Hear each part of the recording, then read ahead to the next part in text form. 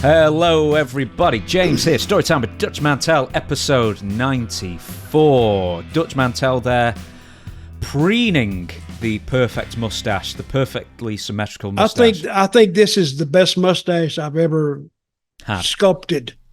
See, you groom a beard, you sculptor a mustache. You didn't know that, did you? No, I didn't. Well, you know it now. Well, I know.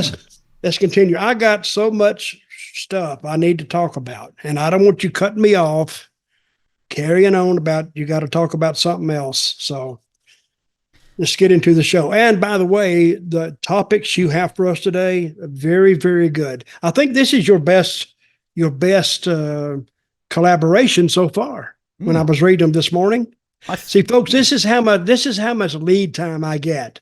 I get about on today. We're doing the podcast today, and which is Good Friday when it finally airs. Right? Happy Good Friday to everybody.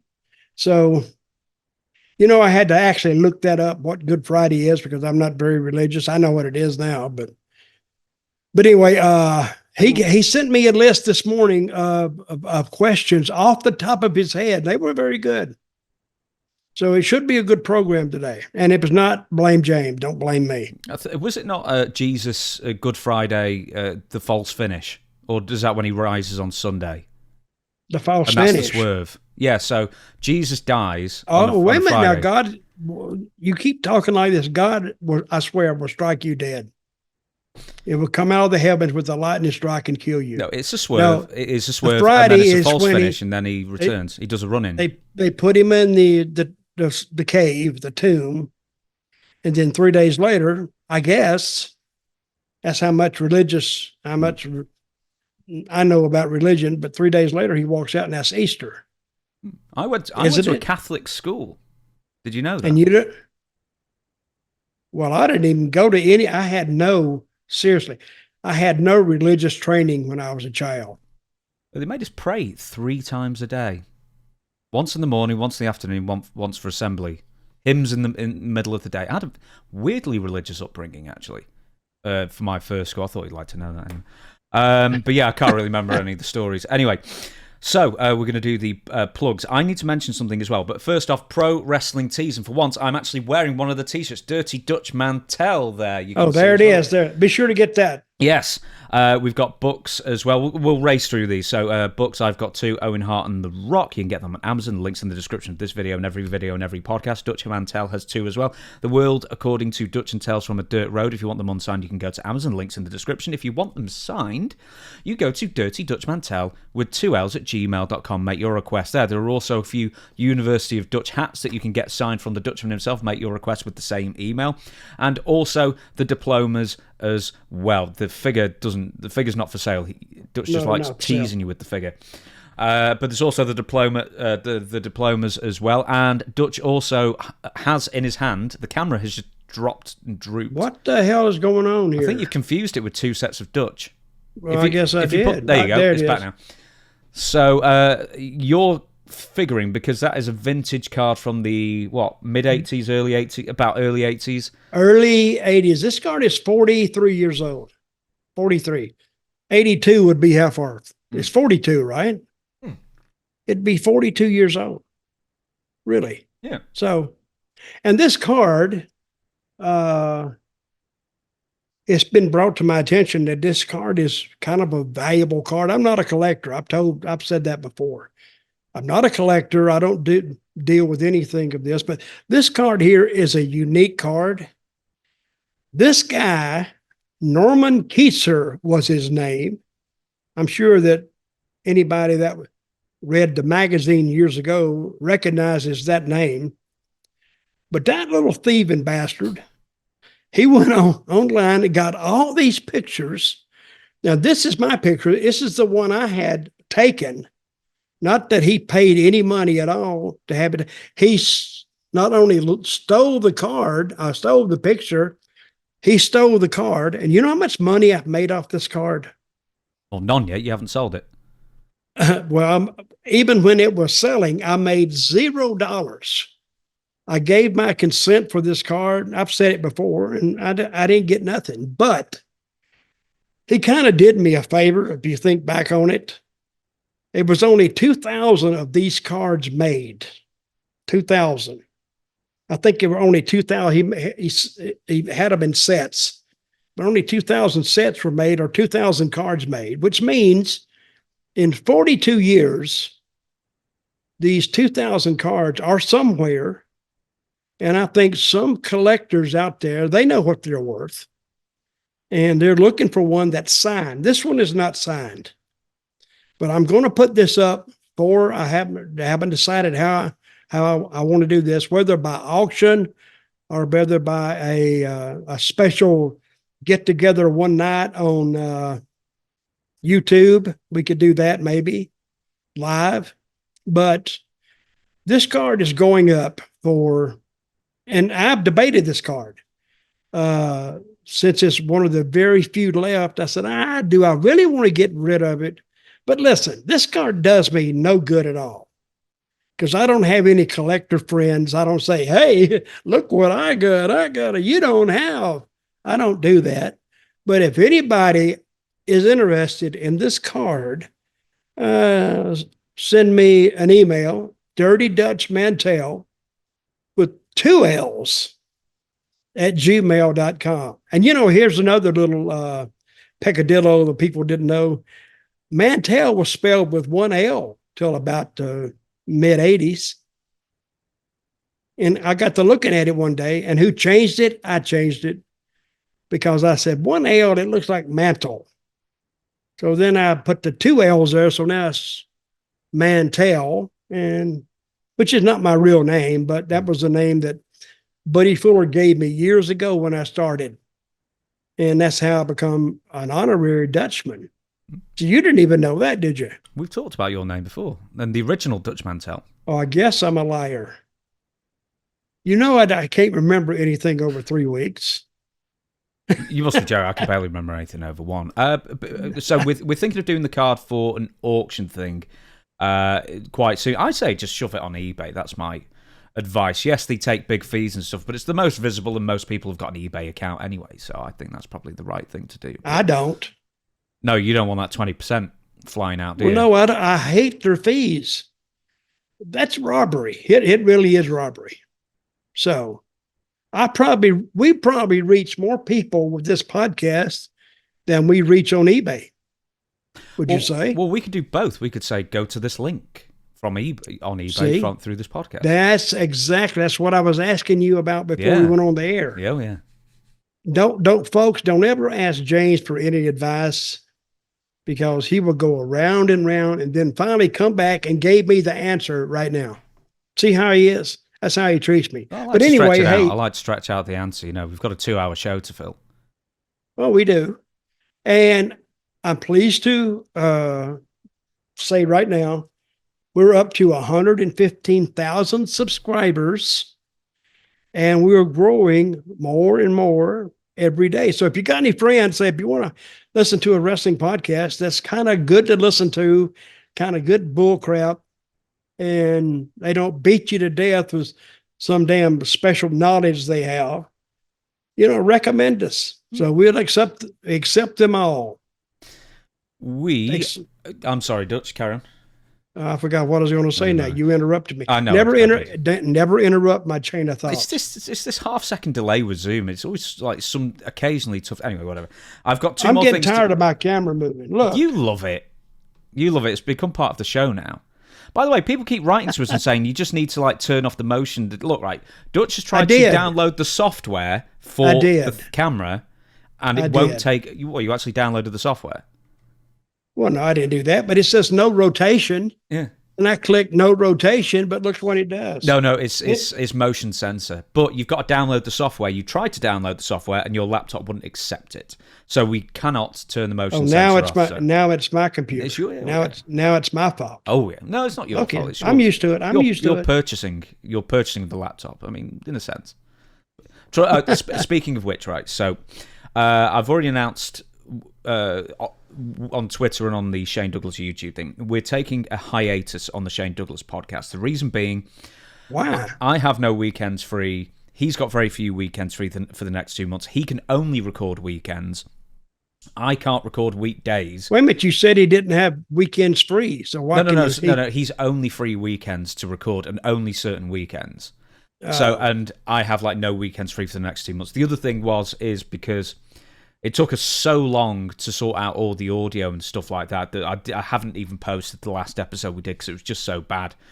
And if you want the big long explanation, go to the Shane Douglas official YouTube channel, and I've written it all there. But just for now, if you're wondering why there's no Shane Douglas stuff for now, that's why. The only other thing is, please join us on Facebook, Storytime with Dutch Mantell. Facebook, the links will be in the description of this video and every video, because we're posting a huge amount of stuff there, including some exclusive clips that won't make it onto the YouTube channel as well. But one thing we didn't do last week that we should have done, Dutch, was, we had a competition. Yes, and yes, we did. In our excitement to talk about all the answers that people got wrong, we actually forgot to give out the right answer. And the right answer was Luther Lindsay. We just sort of just like gave someone a prize and said, you got the right answer, and then never actually said Luther Lindsay. So he did a splash onto his opponent, and then he had... And where was this? Oh, what? At the town? I could find... It might be Chicago somewhere. Let me have a look. Charlotte. Oh, was North Carolina. In 19... You know the year? I'm going to find out. 1972. 1972. See? So I kind of got ahead of you a little bit there. You did. You had that right off the top of your head there. I remember when it happened. Yeah. I was in Georgia and I heard about it. I had actually just that was the year I first got into the business. So, and he is the first one. He got the pin and he was already dead. That's a weird fact. Now, the others have gotten the win and then had a heart attack and died. But he got the 1, 2, 3 and he was dead. I mean, that's not a happy thing to talk about, but it is something that happened, and I doubt if that will ever happen again. Well, I hope it doesn't happen again. I hope nobody has a heart attack in the ring, but that was a fact that nobody knows. And if you like facts, you can stump somebody with that, and you can look it up, and you're backed up by that. We did stump a lot of people with that fact. Do you remember anything else about Luther Lindsay then, apart from that fact? Because obviously, he did a diving belly flop and then had a heart attack on top of his opponent while pinning him. So that's why he was the winner. But anything else about Mr. Lindsay that you know of? Well, I never met him because he was like, by the time I got around to places that I would meet him, he was already gone. And I think he was from Canada, I think. He was born in Norfolk, Virginia, apparently. Oh, was he? Yeah, I know he trained with Stu Hart. Yeah, that's where he broke into the business. And that's where I got Canada. But apparently he was really over there. And he was good in the ring, very good. Excellent. We shall move on with the news. Oh, one more thing that we have to clarify from last week, because you did not believe me when I said that Clarence Mason was a real lawyer. And we had quite a few people writing in backing me up that saying Clarence Mason, a.k.a. Herman Stevens Jr., is indeed a licensed lawyer and a member still of the Florida Bar. And? Well, what made you think he wasn't a lawyer? Because I knew him when he first got in the business. He was a dumbass. No, he was an okay guy, but I used to get in the car with him and John Layfield. And that Layfield he would be on his ass the whole trip. But he survived it, and he would laugh it off. And some of those things were pretty strong that he told Clarence, because I was there when he was a lawyer. Who was his clients then? Wasn't Nation of Domination, and later Owen Hart and the British Bulldog for a brief period. It was a very odd trio. That didn't last very long. And I would be interested in how he even got into the business. I think he did mention something about being a lawyer, and of course, Can you imagine telling that to John Layfield Bradshaw in a car at 2:00 in the morning? He went off. Oh my God, I guess the next thing you're going to tell us, you son of a bitch, is you're a heart surgeon. And he would just go on and on and on. And of course, Clarence knew he was riveting, and he went with it. But it did make the miles go by fairly fast. But I'm looking at him. I said, wait a minute. I don't know if I was charged with something. I would have to think twice about hiring you to defend me or represent me. But he may have been pretty good. I don't know. But he is an active member of a bar in Florida right now. Still apparently, yes. So he... I'm going to... Okay, folks, I want you to fact check James and tell us... Herman Stevens Jr. is his real name, and apparently... Herman Stevens Jr. Yeah. So he got into the WWF because he befriended Ernie Ladd. And Ernie Ladd managed to get him a meeting with the WWF, and then Clarence debuted. I'm trying to think. He was introduced as the legal counsel for Jim Cornette. So that's how he was introduced. That sounds interesting right off the bat. If he was with Cornette, he could have been horrible, and he's still with Cornette. He'd have probably been good. But anyway, how many trips did he make with you and Bradshaw? How many what? How many trips did he make with you and Bradshaw before you tapped out? Several. He wasn't there that long. I say, sometimes I say 6 months, but he really was there a year, or he might have been longer than that. He was there for about 2 years, apparently. He rode with us about 6 months, though, I think.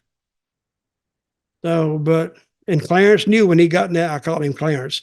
Clarence knew when he got in the car, every time we would leave a place going somewhere else, that damn Bradshaw was going to be on his butt.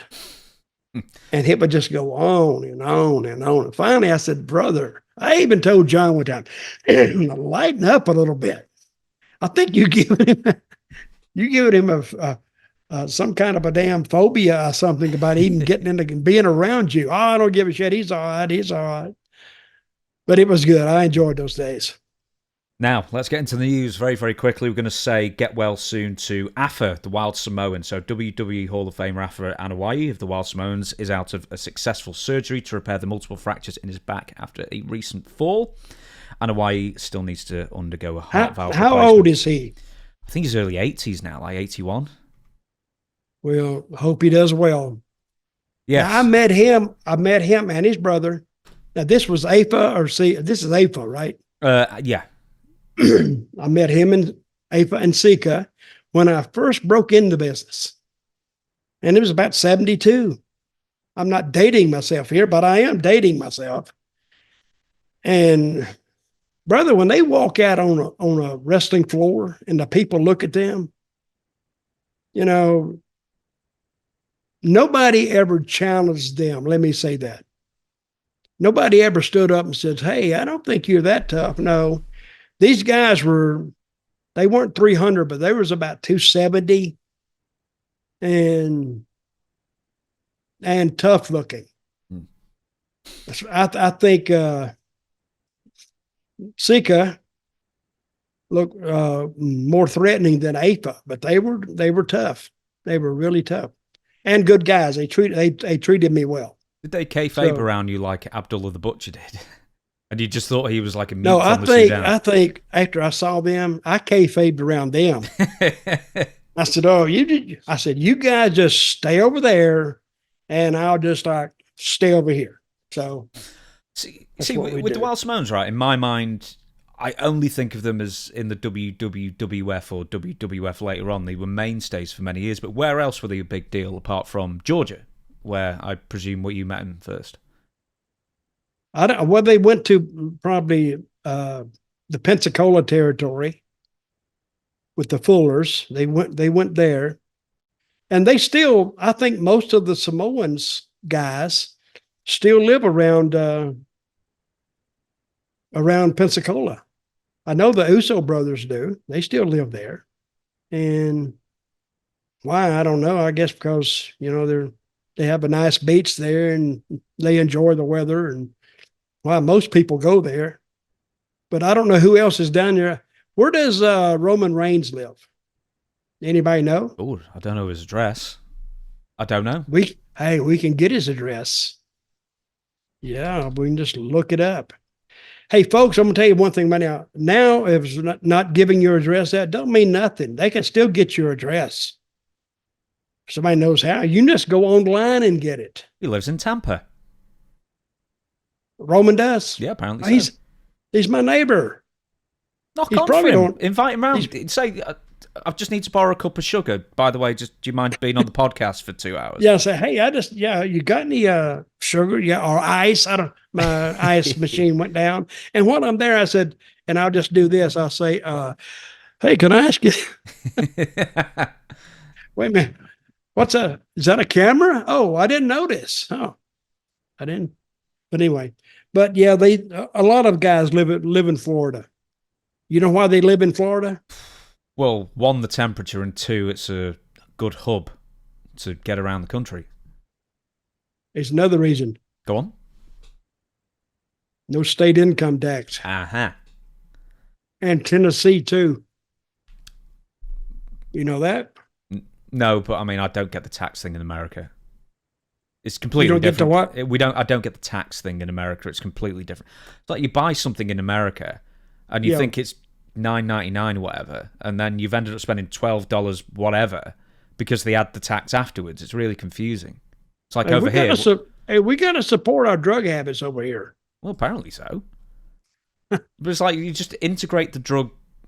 But let me tell you, you go to some cities, I don't know, but you get the state tax, the county tax, then you get the city tax on top of that.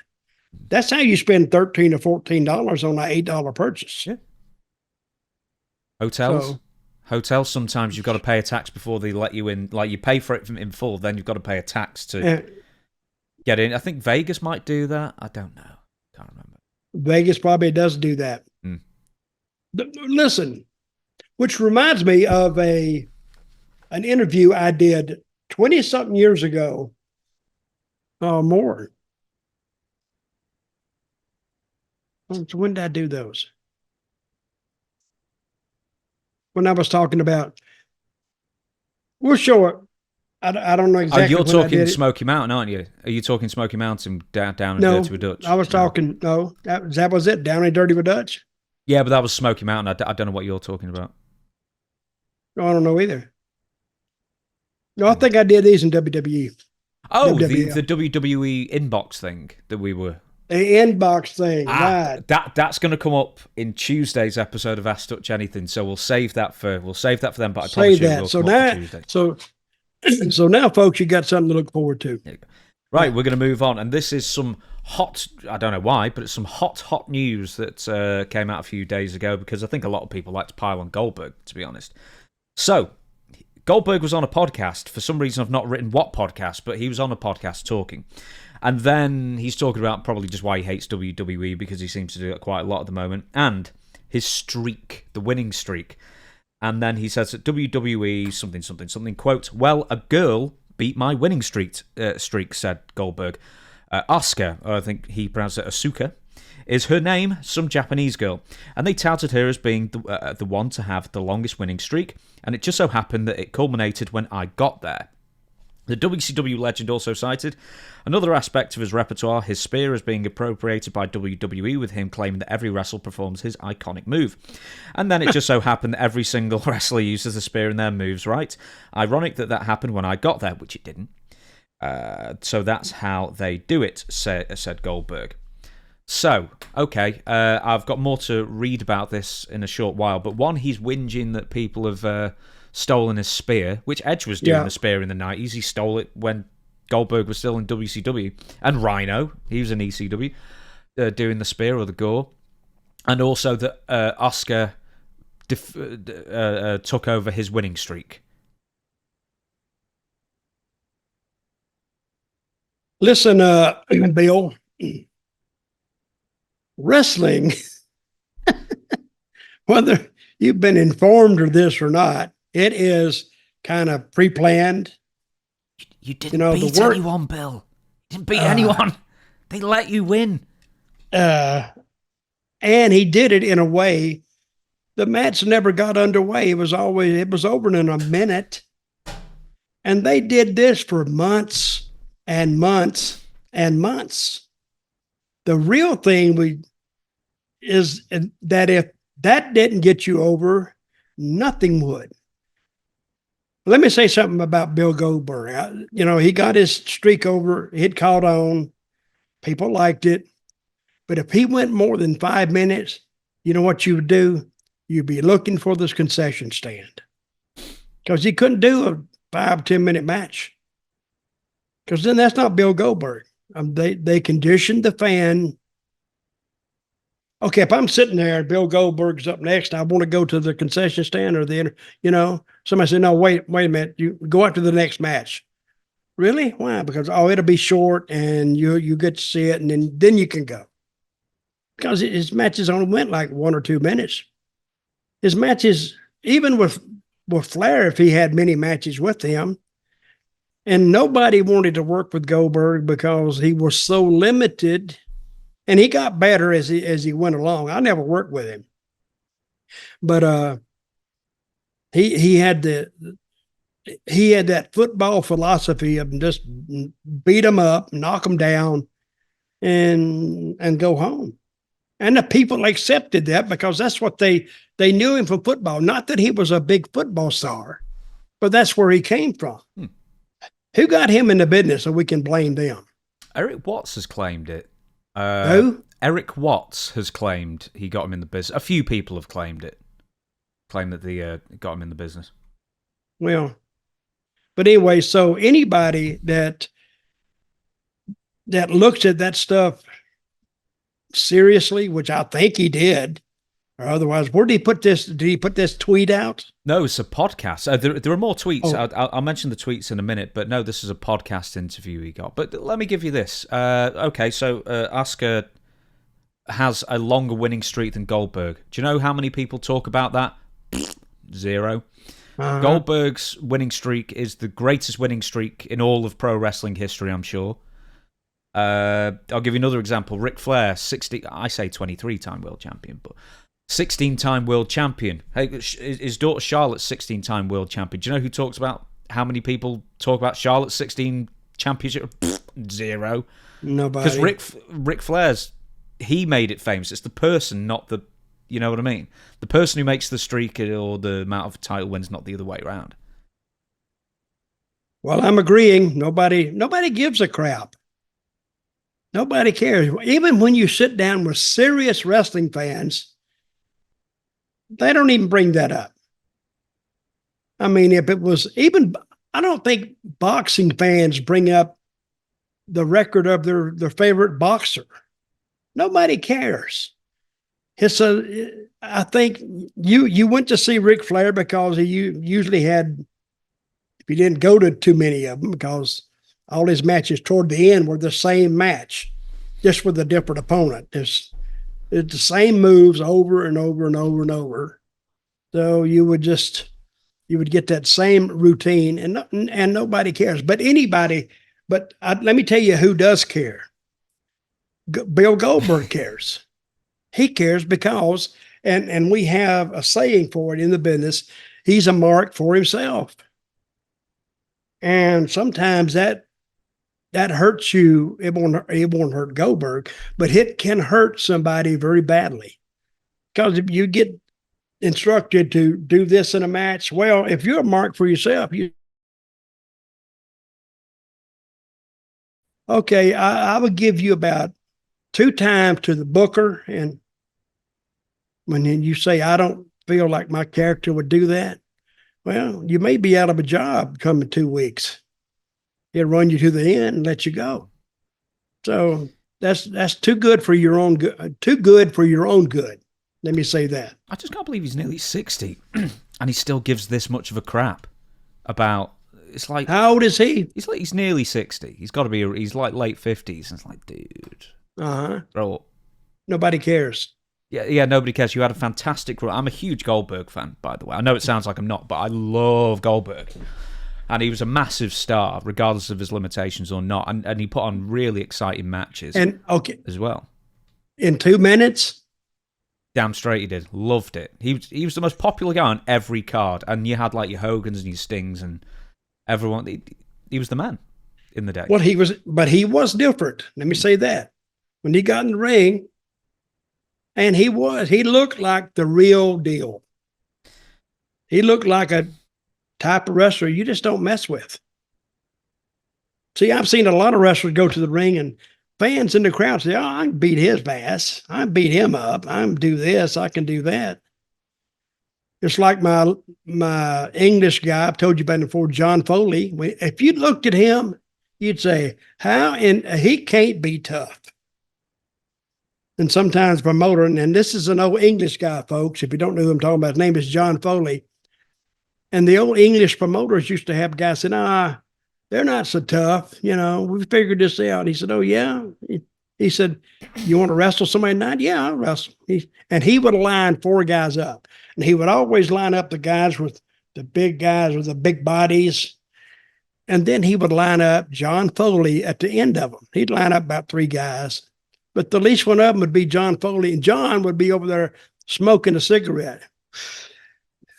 And the guy, of course, he's going to pick John. That's the worst one he could have picked, because John was an old-time shooter. He could break your shoulder. He could break your neck. If he put you in a special hold, he could do it.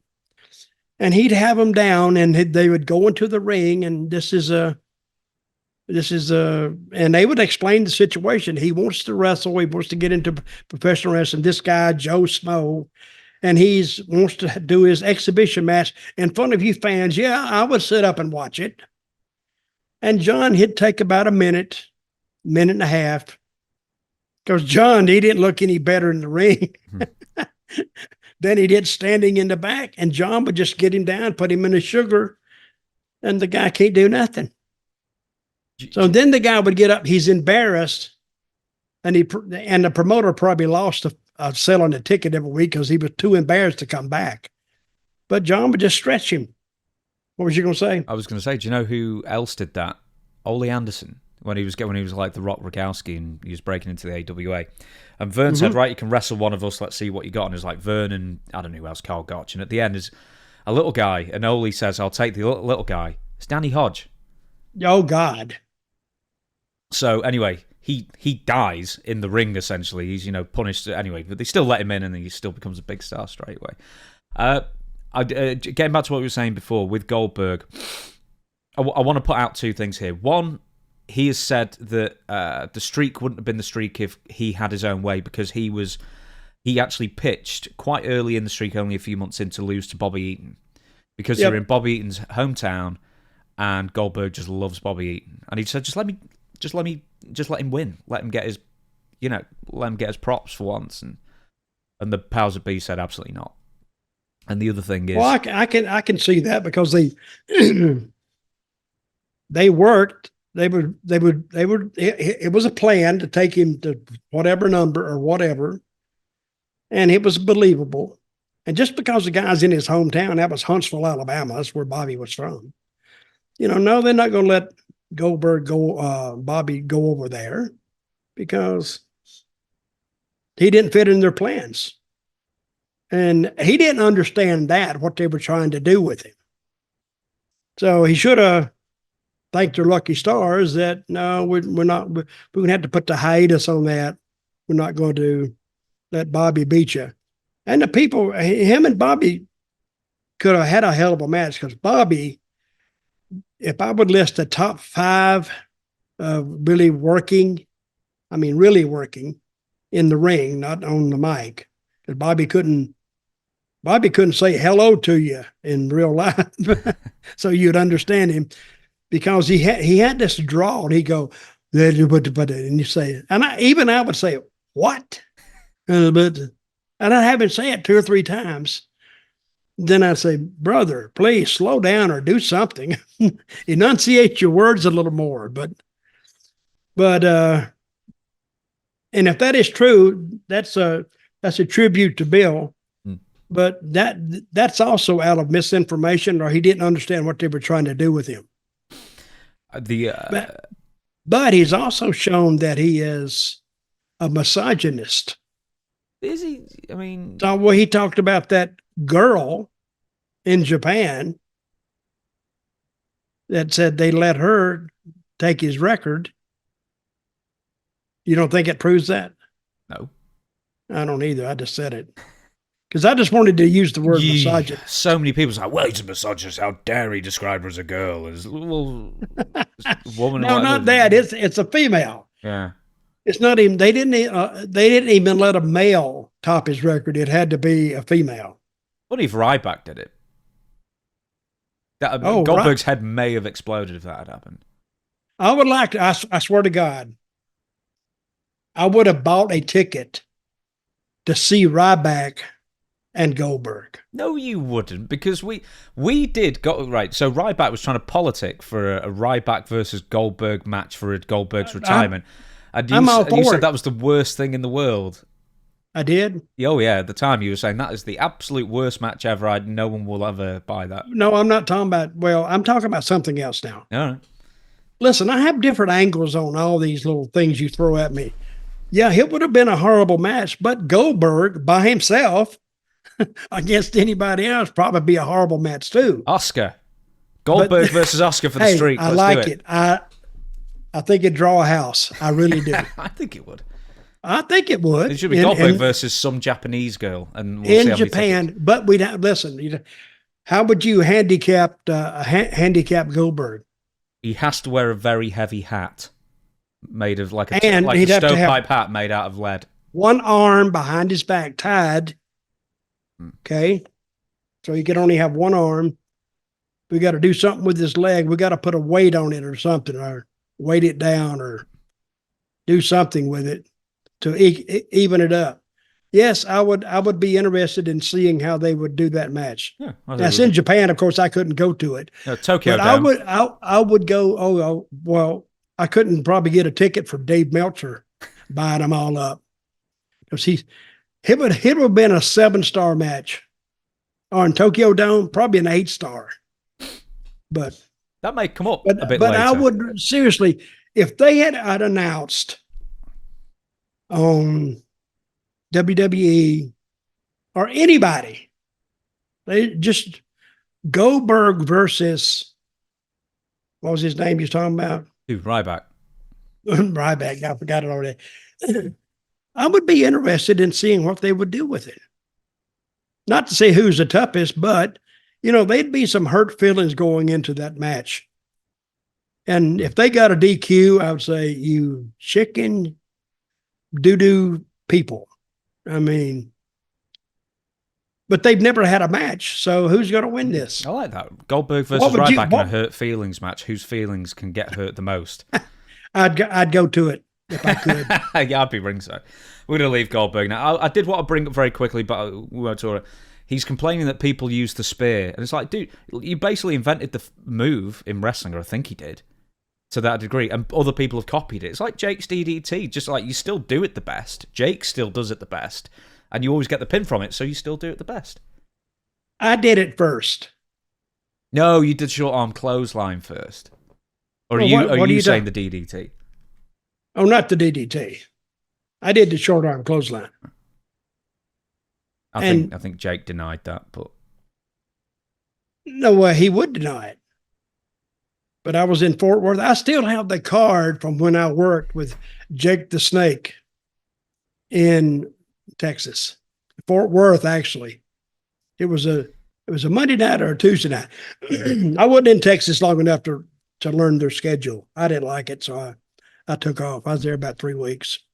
Speaking, I was going to say, speaking of people taking off, Jack Perry, the former Jungle Boy. Yep. He apparently asked for his release from AEW after the Brawl In or Brawl Out or whatever you call it. The Wembley show last year with CM Punk, you know what I'm saying. So, this is from The Observer. Jack Perry has disputed claims that he continually apologised or asked for forgiveness in the months following the backstage fight with CM Punk at last August AEW All In show, or that there are any current plans for an AEW return. According to Perry, he didn't hear from AEW head Tony Khan for 2 months following All In London's Wembley Stadium show. Perry said he never texted to say he was sorry and told Khan's lawyers he would not initiate first contact. Khan finally set up an in-person meeting before Full Gear in Los Angeles where they discussed plans to bring him back last December. However, after Punk returned at WWE at Survivor Series, those plans were scrapped. Perry, who had wanted to work Wrestle Kingdom, I think that was early January, but was unable for logistical reasons, then worked with Rocky Romero and Khan set up his current New Japan run. At this point, Perry is still under AEW contract. He asked for a release but was denied.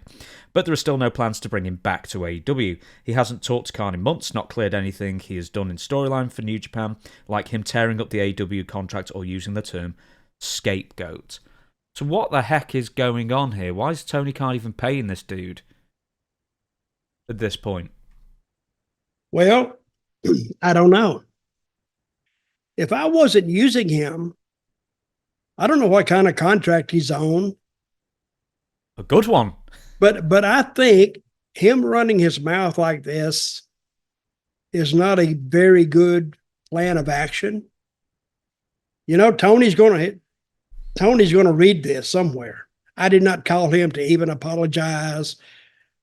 See, it looks like Perry is trying to make it out like, well, he don't give a crap about Khan because Khan didn't give a crap about him. So that's not a very way to kind of soothe whatever wounds that are left from this. I don't think Tony gives a crap whether he works there or not. But and the internet has a way of turning things around. I don't know how you could turn this around. Either he said it, so but I think Mr. Perry needs to kind of temper his tongue. I've said that for a lot of guys. See, now I can say things I used to couldn't say because this guy's going to get mad. This guy's going to get mad. So to dodge that, I just wouldn't say anything. But now I don't give a crap. But what I say is, you know, it's not too bad anyway. But I would give a little advice from an experienced hand, me, is just keep your mouth shut. Don't say nothing bad about them. Put them over and say, oh, it was great there and this, that, and the other. Now, Pete thinks that's like, you know, kind of kissing up to him. Then don't do it. Don't say nothing. Just say it's in the past and we'll let it lay there. Best thing you can do. I think that is the best thing to do now because now people are dying to know what really happened. And they could actually take that back on AEW TV and actually do something with it. So here's a guy who's fighting the power, so to speak. And then he gets some people and let's see where it goes. Why is Tony Khan so upset with Jack Perry? Because I don't know. Do you think, right, okay, so let's very briefly run through the story of there was some incident involving glass and Jack Perry wanted to use glass and then CM Punk put the kibosh on it, even though the glass use was, I imagine, from an agent approved. No. And then CM Punk was there. Yeah. And I think CM Punk, to his defense, wanted to tell them whose idea was this. That's real glass. You can get hurt going through that glass. And from what I've heard, I don't know what the hell went on, but they didn't ixnay it. So he used it, but he turned around and he did I think Punk, maybe this was when Punk was the booker. I think he told him not to do it. And he went out there and did it anyway. Well, because I'm not sure Punk was ever an official booker, but he seemed to have an awful lot of sway when he was like almost like the head of the AEW. Well, they got a whole show because of him. Yeah. But then with the Wembley Stadium show, Jack Perry and Hook were in the opener, or one of the openers, and then I can't remember who. I think Jack Perry puts Hook through the windshield, the windscreen of a car that was parked. Yeah. In the thing, and then Jack Perry looks into his camera and say, "Cry me a river, it's real glass," or whatever. Yeah. But here's the thing: it's like obviously someone else had approved that, that spot to be used with the car Maybe windscreen. Not. Maybe not. No. Hey, from what I'm reading about AEW talent, and I don't know if it's like this now, but they wouldn't take advice from the veterans. Some thinking that I've been told otherwise. It's the same as everywhere else. It's like some do, some don't. Simple as that. Yeah, that's right. And Perry was apparently of the mind of, I'm not listening to those guys. I'm going to do what I want to do. And one way that wrestling teaches you not to do what you want to do is they just stop using you. They just stop booking you. Now, in his case, if he had a contract, the question is, did they keep paying him while they suspended him or whatever happened? He was working for another company. So is he still getting his AEW check too? Yeah, apparently so. Yeah. Still under AEW contract. I doubt they've suspended him for this long and not paid him.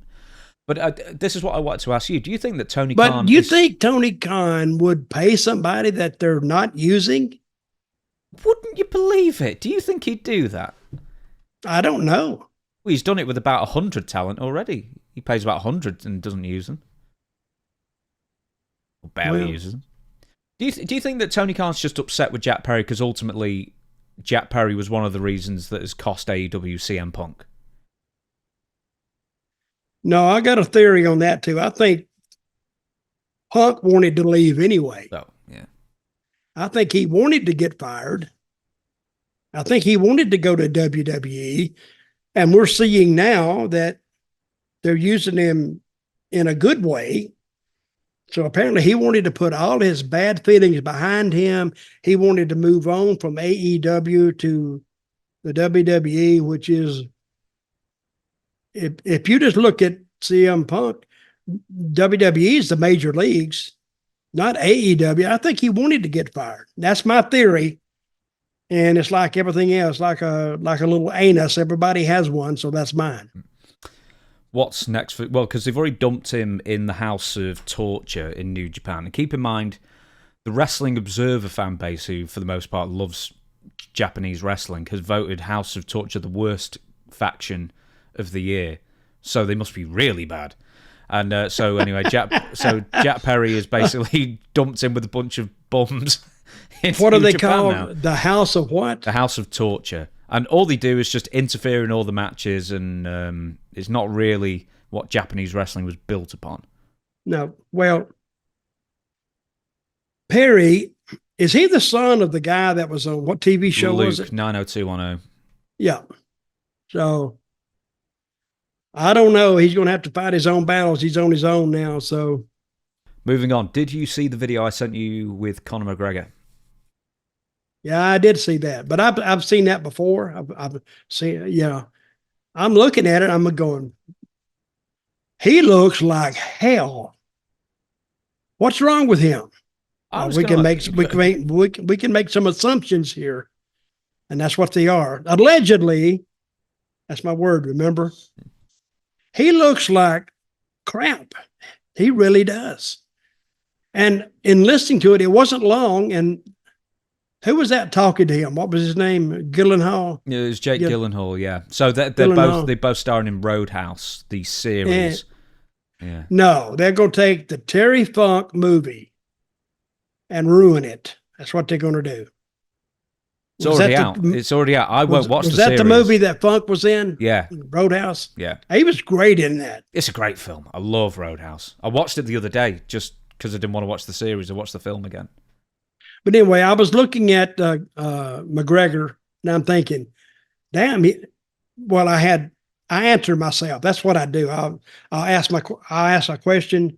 There's nobody in the room with me, of course. I'll answer it, and then I'll answer it. I ask my question, then I give my answer. I said, he looks like crap. And then a little voice here says, no, he doesn't look that good. Because he really looked bad. He looked like he was stone to the gills, and he could hardly talk, and he just looks bad. Looks like he's put on weight too a little bit. So when did they do that interview? Oh, it was very recently. I think, right, they were doing a press junket, doing Zoom calls and everything. I think that's the only one with Connor in. I think they just got rid of him and then just make Jake Gyllenhaal do the rest. Is he still fighting? That's another issue. Keeps threatening to come back and then keeps not. And supposedly he's coming back this summer to fight Iron Mike Chandler.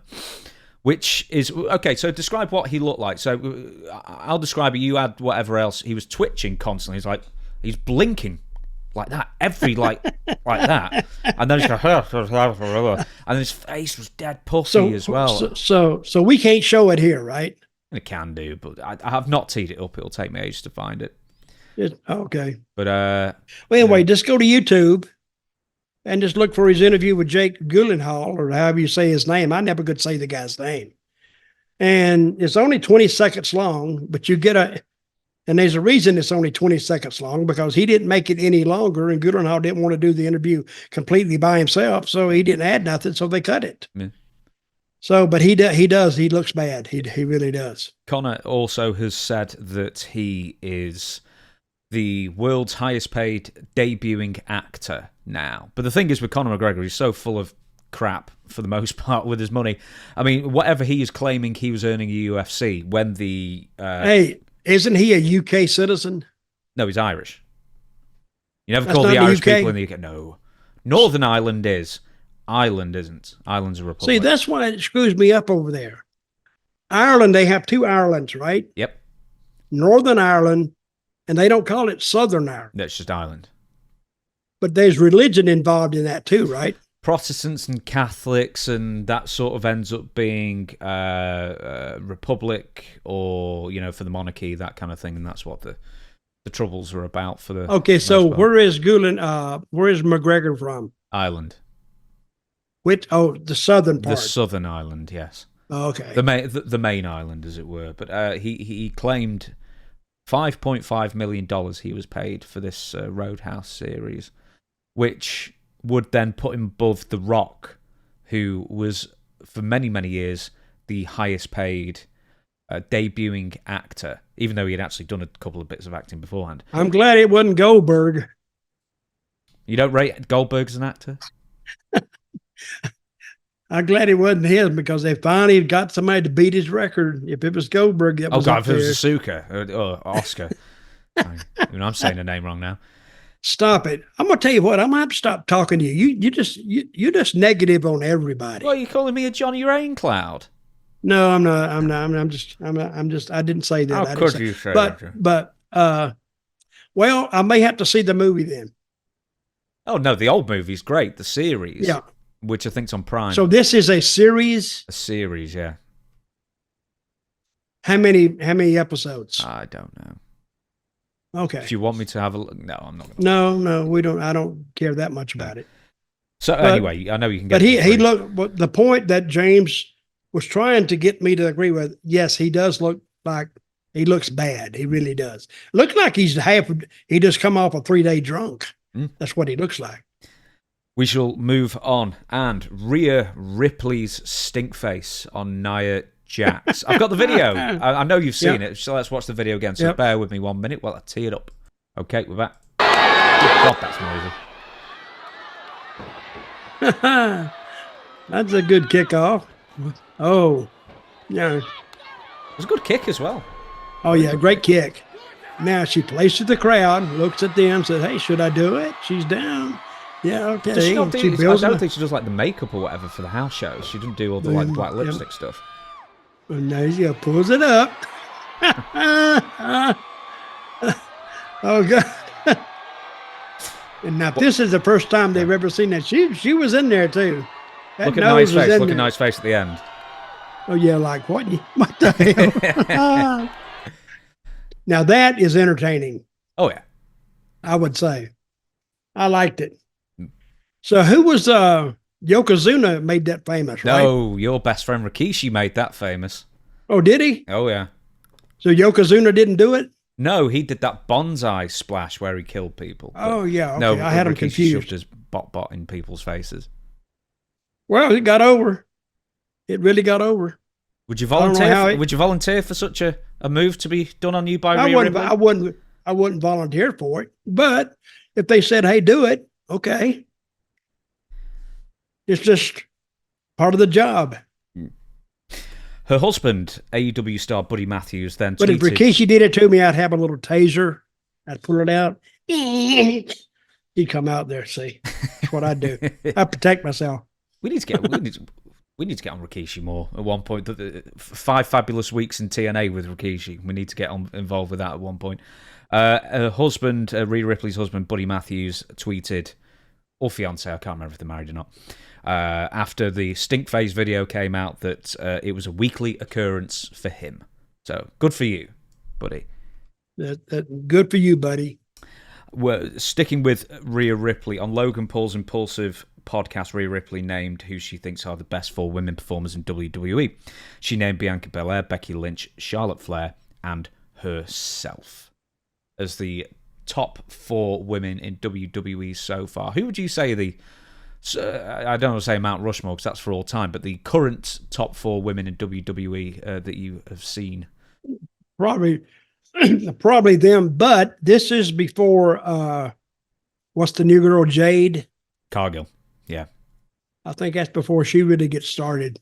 But she'll be in there too. You're looking for big things from Jade, aren't you? Well, she's big. Rhea's big. They're all pretty big girls, which is big is in now. It seems that a lot of the women in WWE now are really athletic, and they're not like bodybuilding monsters. Although, like Rhea Ripley's, huge. Bianca Belair, Jade Cargill, they're all, they're not like China, but they all are and look athletic and like they could do some serious damage. You've got the smaller girls as well, like Becky Lynch and who's that one that was always knocking around Bray Wyatt, or like Mandy Rose, who wasn't there anymore, someone like that. Alexa Bliss is who I was thinking of. But it's a far cry from, like the mid-2000s where we were talking about this recently with Johnny Laurinaitis just picking them out of a catalogue and, like your Kelly Kellys and just a bunch of nameless girls that I can't even remember. I hate to say Ashley Mazzaro, that kind of thing, where they were, they aren't wrestlers. They don't look like they can do much of anything. But the current crop of women, Charlotte Flair is another one. The current crop of women, look, they all look like proper athletes, and that's sort of the best of all worlds. They've been trained too. Yeah. So, and they were fans for the most part who got into wrestling because they wanted to be wrestlers. It's not like the old days where this was just a stopgap for them before they went into, I don't know, celebrity chefing or whatever they want to do. Well, the women, when I got into the business, some of them would stop a train. They'd stop a train and back it up if they stood in front of it. But these girls were tough. They traveled. They traveled like we traveled. And some of it wasn't very, very glamorous. And they didn't get paid either. And they didn't get paid. They got paid like crap. Now, I got heat with it was Moolah's girls. And they're still around reading the internet or whatever, but they were saying I made some wrong assumptions about the Moolah years. Because, and why did I make these assumptions? Just off the top of my head? No, these girls told me. They told me what Moolah was like. So, and I don't know if it's true or not. That's what they told me. So how would I even know anything about it? I mean, just meeting them in the dressing room or, going to eat with them or whatever. They were talking and the conversation would come up and they were all down on Moolah. No, they didn't make any money. Moolah would make these deals with these promoters, and sometimes he would tell them they would instruct her to bring such and such of a talent in, one of the girls, and she'd be obligated to bring her in because this is how Moolah made her living. Now, I don't think if the girls knew what they were going to make, all they knew what they made is what Moolah ended up paying them because Moolah would get all the girls' money, I hear, and then she would take that and then cut it again. So I don't know. I was trying to go over that in my head. I said, damn, this is hard working conditions for these girls. And you didn't have independent girl wrestlers then at all. You had Moolah, and that's if you wanted girls and you were in a territory, you were a booker, you'd have to be forced to go to Moolah. And so you go to her and she'd say, she would give you a price and you'd either agree to it or not. But Moolah, I think she was really, really hard on those girls, made them drive their own cars, didn't pay their gas, nothing. It was brutal. So, but I'm glad to see the girls doing good now. And you bring up the athletic girls. It's what it should have been the whole time. Yeah, absolutely. But you can't get been athletic. The models. It shouldn't have just been the freaks. Just people who can actually. Women's wrestling surely in the West, absolutely, it's got to be the best it's ever been. Mm-hmm. Yeah, and because they got to line up now. And if I'm not a fan of wrestling, and I look at the girls' lineup, just the pictures of them, that would interest me because they look like they belong. And they've trained. They know what to do, when to do it, because they've done it long enough now. But Becky Lynch got there right when I was leaving WWE, and I could tell then she had it, because it's the way.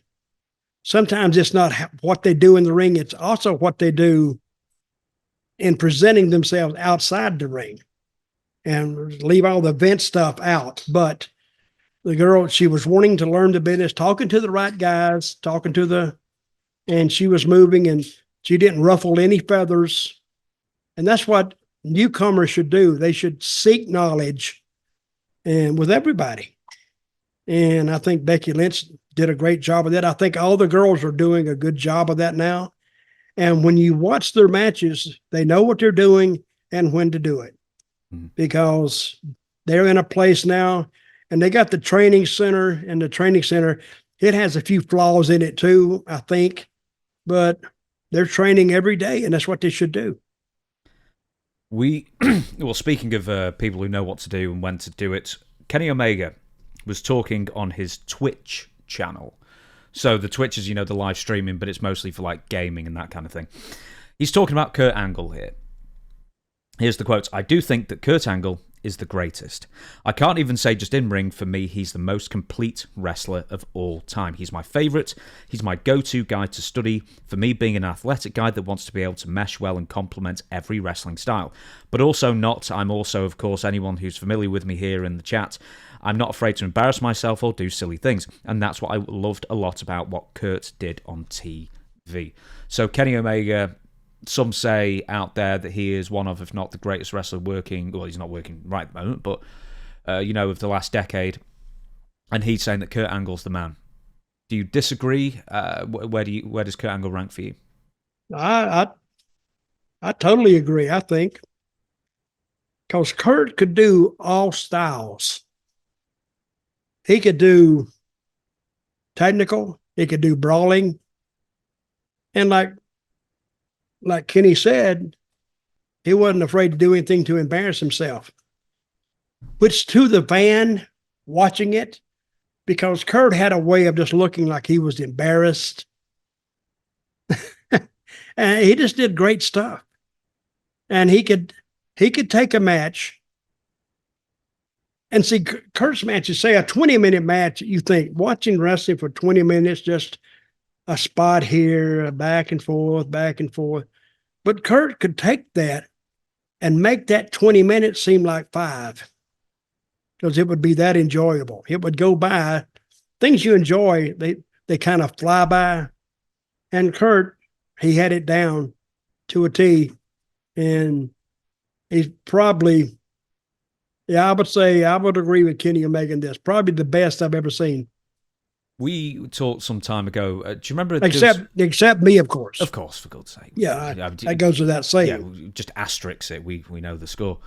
Yeah, the asterisk stand for but.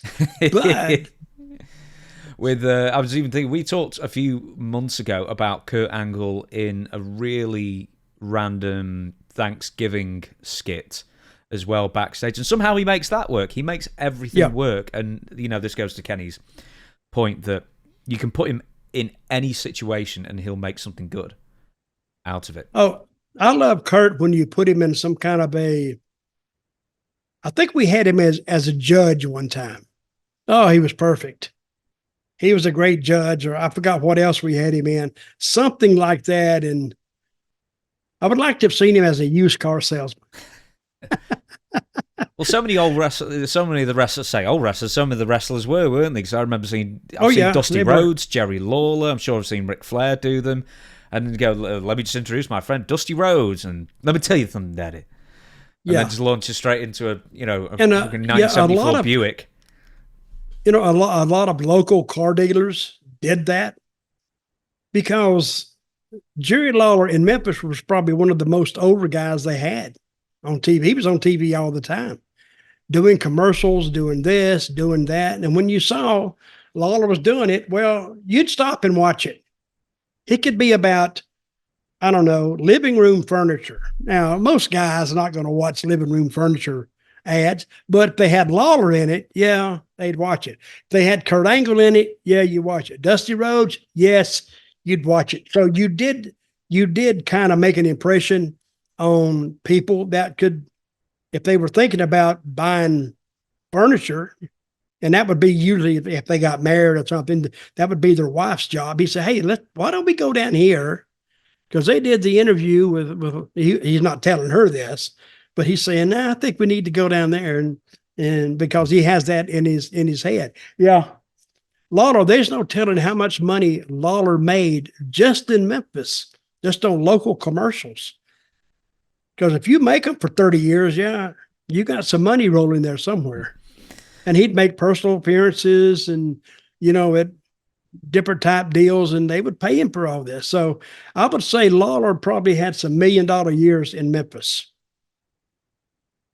Going back to Kurt Angle, now this brings up a good debate with Kenny Omega and Kurt Angle, which we have never talked about, I don't think, on this show, even though I see it all the time as a knock on Dave Meltzer and the Wrestling Observer. Now, a debate that was going on. Don't you knock Dave around me now. Oh, no, that's your job. I know that. Totally defend him. Now, I think both of us think that star ratings for matches are ultimately silly for a number of reasons. Which, I mean, I'm sure you can give all the reasons, but a lot of other people, not least quite a lot of people who are currently in the business wrestling, sort of live and die by Dave Meltzer's star ratings.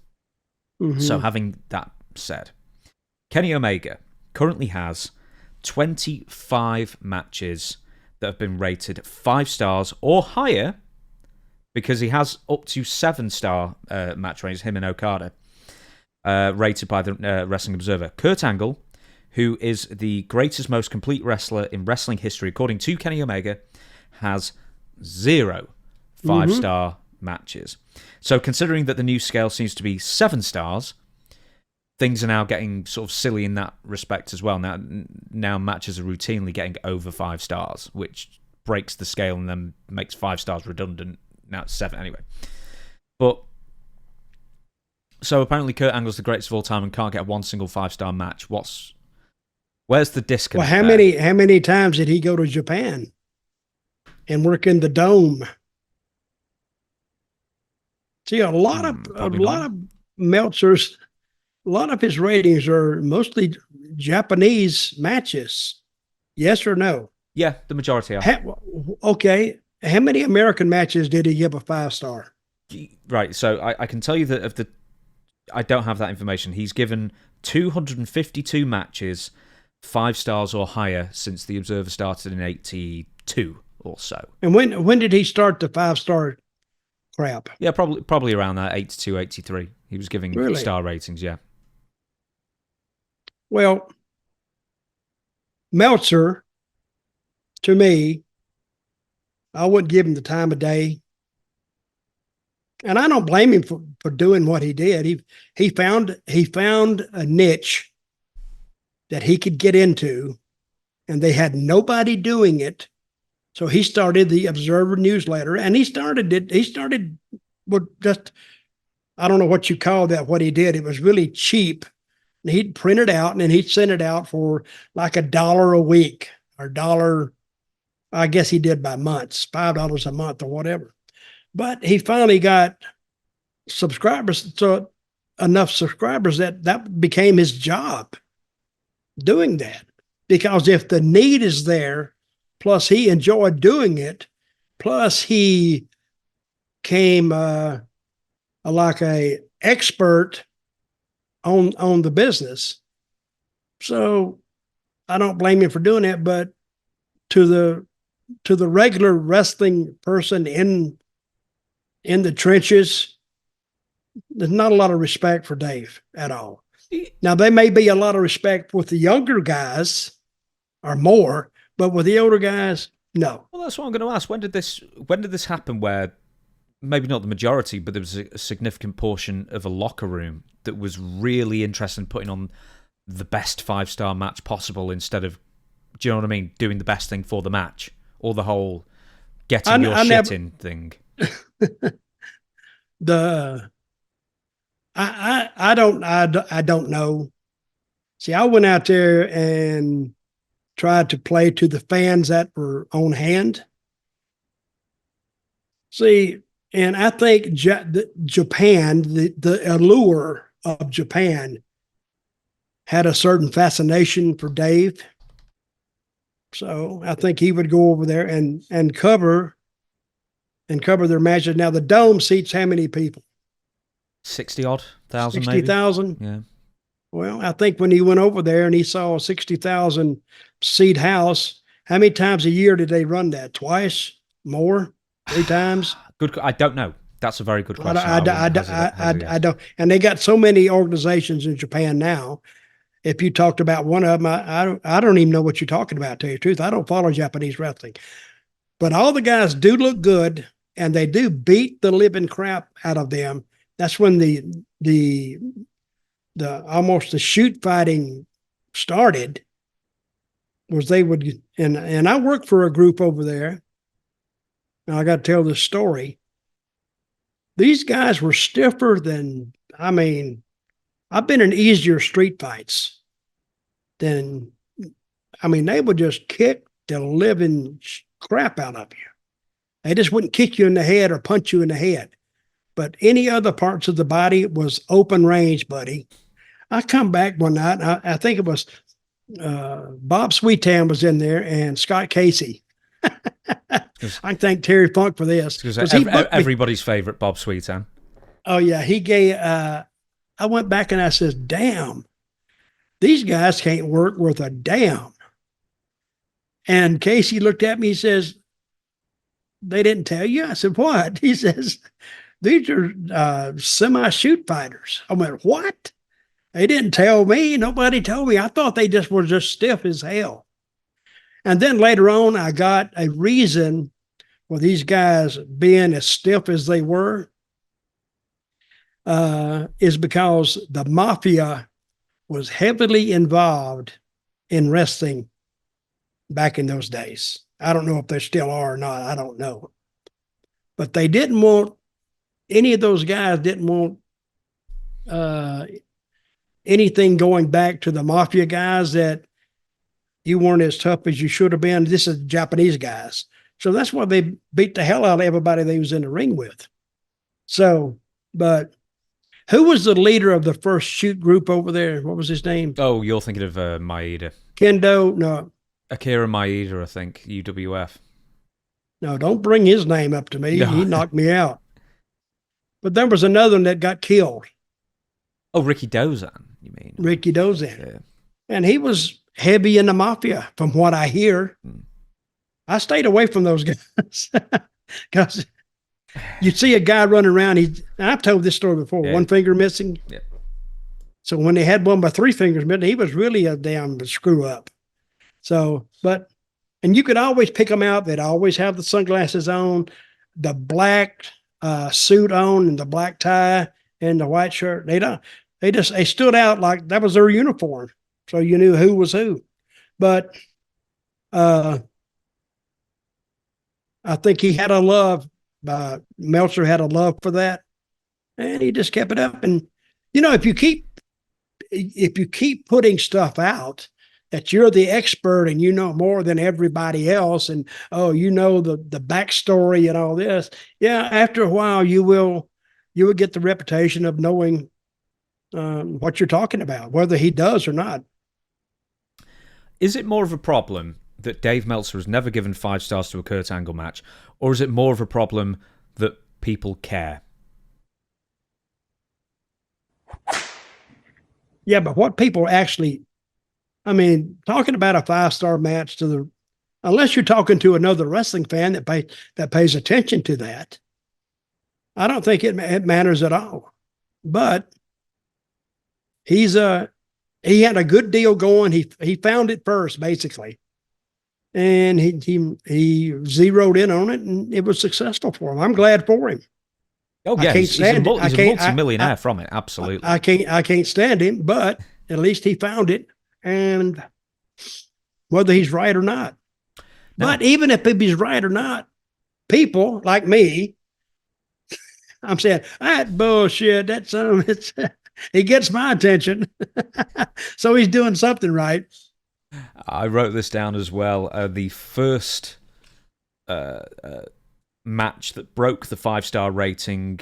Most people think it's Omega and Okada or whatever it is. It was actually in 1989, Ric Flair versus Ricky Steamboat. So there you go. And it was a house show. In the US. Yes.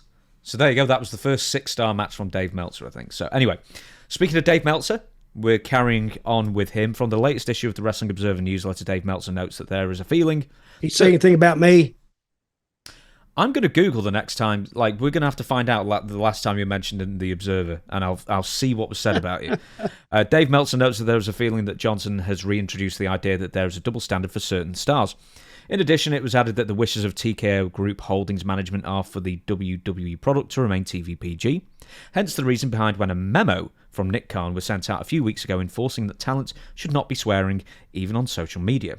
Therefore, some talents are said to be frustrated as they feel that The Rock, as a member of the TKO board of directors, should be following the directives set by the company to set an example for everyone else.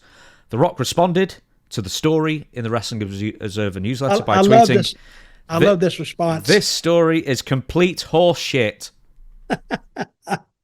So there you go. Has anyone even seen this memo? Because there's much vaunted memo that no one can quote or say they've seen. Okay, this is what I want to know. Who said there's a double standard? Does anybody get named or quoted as saying that there's a double standard between The Rock and the rest of the talent?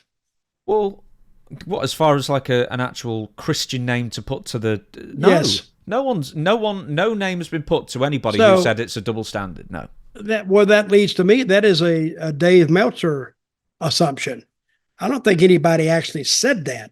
They may be thinking that now, unless Dave Meltzer is a mind reader and he can get around. I know what he's thinking now. Oh yeah, he hates it. I don't think anybody has the balls to actually go public and say that. Because and I may have brought it up last week, I think they're better off keeping to themselves and just thinking that and don't let it out to the public, and damn sure don't let it out in a wrestling dressing room. What's your favorite saying? Stay in your lane. Mm. And when you do that, then you don't run into a lot of other problems that can make it a little harder to advance your career. Here's the leader and the head guy, really, as far as the wrestlers are concerned, of the TKO Endeavor Holdings investment. And so them running their mouth about him would not serve them, would serve them in good standing later on. Yeah, he's your boss. Not yours. No kidding. He is the final everybody's boss. He's Triple H's boss, technically, I think. And I don't think anybody expected, we'll talk about this in a minute, I don't think anybody expected WWE to be this good this early. And they probably never thought it would be this good ever again. But with The Rock there, he brings the right mindset to the wrestling game. Because with Vince, it was one story. He was the one that first smartened everybody up with the state athletic commissions, and he didn't want to pay taxes. I don't blame him there, but he said, no, it's all pre-planned. It's all set up. So it's an exhibition, and they're accepting, we're paying them taxes on something that we're not. And it saved him a lot of money. But now I think people have it set in their heads that it's a pre-planned production. But yet, and I was watching, are you going to get to The Rock and Cody? I will. I will in 1 minute. I want to ask you one more thing. And you actually told me this yesterday. So you sent me a message and you said that if there are double standards for The Rock can use certain language, even though it's mostly bleeped out, you said that there are good reasons that only the top talent should use the stronger language. So what are those reasons why there should be a double standard for the main eventers? Well, if you get the first match guys going out there and cussing, by the time the main eventers get there, it's not unusual. And everybody knows that they're going against the grain by saying this. Everybody knows, oh, he said a bad word. He said a bad word. Not supposed to say that. I mean, that's just in culture. Watch your mouth in mixed company.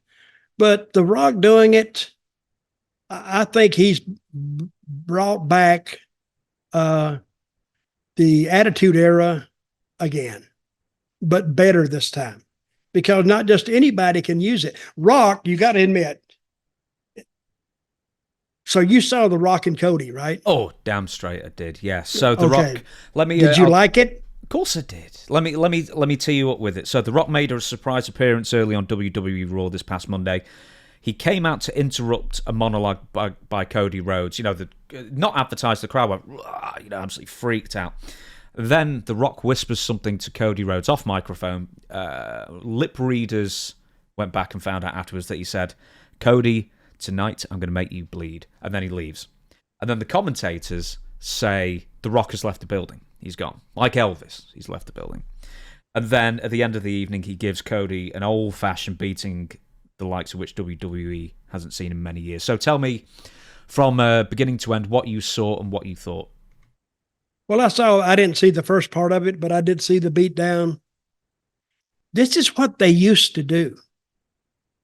And I was telling somebody the other day, Cody Rhodes must be the most hated man in the WWE dressing room, because he's getting the dog crap beat out of him, and not one wrestler or one referee or one agent goes to help him. So, and actually they could make an angle out of this. Seth Rollins, of course, he didn't go out there because in his mindset, he wants Cody to get taken out because Cody's standing in his way of getting to where he wants to be. So it makes sense for him. But this looks like the Attitude Era 2.0. And it started all over again, but it took somebody like The Rock to reintroduce it. And it got introduced in the best way possible last Monday night on Raw. What was the ratings on Raw? Ooh, do you want me to find out right now? I believe they were pretty good. They were against a lot of NCAA matches, so I think the ratings held up pretty well. But the fact is that they never advertised The Rock anyway. And then when The Rock came out, the commentators gave the impression that The Rock wasn't coming back. What did draw in fans was CM Punk being advertised, and then he and Seth and Drew did a good 25-minute promo that sort of almost got out of hand time-wise, but it ended up being very compelling. But what else? But what Rock did also that reminds me of the Attitude Era. Yeah. That he says, he makes the people think, what did he say? What did he tell Cody? But he says, but they never released that on the show, right? No, it was only afterwards. Cody, tonight I'm going to make you bleed. But they didn't bring that up on the show at all. No, the commentators didn't say, "Hey, this is what he said." No. But now the people that didn't get that, they're saying, "Oh, remember they used to make you wait to the end of the show to see what they're going to do," and a lot of people would wait. Of course, I would wait because it was interesting to see something I like in wrestling. That means everybody, any casual fan, would find it interesting too. And when he finally caught him, he made him pay. One thing I did see in watching it is that when Cody started bleeding, The Rock was way away from the camera. He was over there next to that bus, I guess. And then when he went back over there, Cody's bleeding. So that goes to show me that The Rock, but being in movies, and I don't even have to be in the movies to come up with this, but he took the camera off Cody and put it back on Rock. And by the time he got back over there, he's a bloody mess. So I like that. Now I think you have people in WWE, they're caring about not only their work, but they're caring about their story. And see, I used to hate the girls going down to the ring, like Vince would have them going, they were smiling and they'd, wait a minute, you're going into battle, allegedly, there's that word again. You're going in there to fight some other person, another human being. Why are you so happy? You don't see boxers going to the ring and all laughing and waving at the crowd. They go in the ring, they got their game face on. So I don't know if I hadn't paid attention to a girl going down the aisle lately because I hadn't watched it lately. I just watched the highlights of it. But I don't know if they were kind of temper that down, because I think Rock would tell them, listen, if you're going into battle, look like you're going into battle. They know what you look like. So I don't know. That's just a little peak of thing that, bothers me. When you talked about the blood, when I first saw it, I actually thought, because, they do the old Tennessee switcheroo, the camera goes off there and then it comes back again. I thought it was fake blood at first. See, why did you think that? Because it was very red. And I thought it was really it looked like fake blood, but then The Rock kept wiping it off and then the blood kept coming afterwards. And I thought, well, he must have. Yeah, see? Yeah, it must have been the old-fashioned way of and very red means fresh. That's what it means.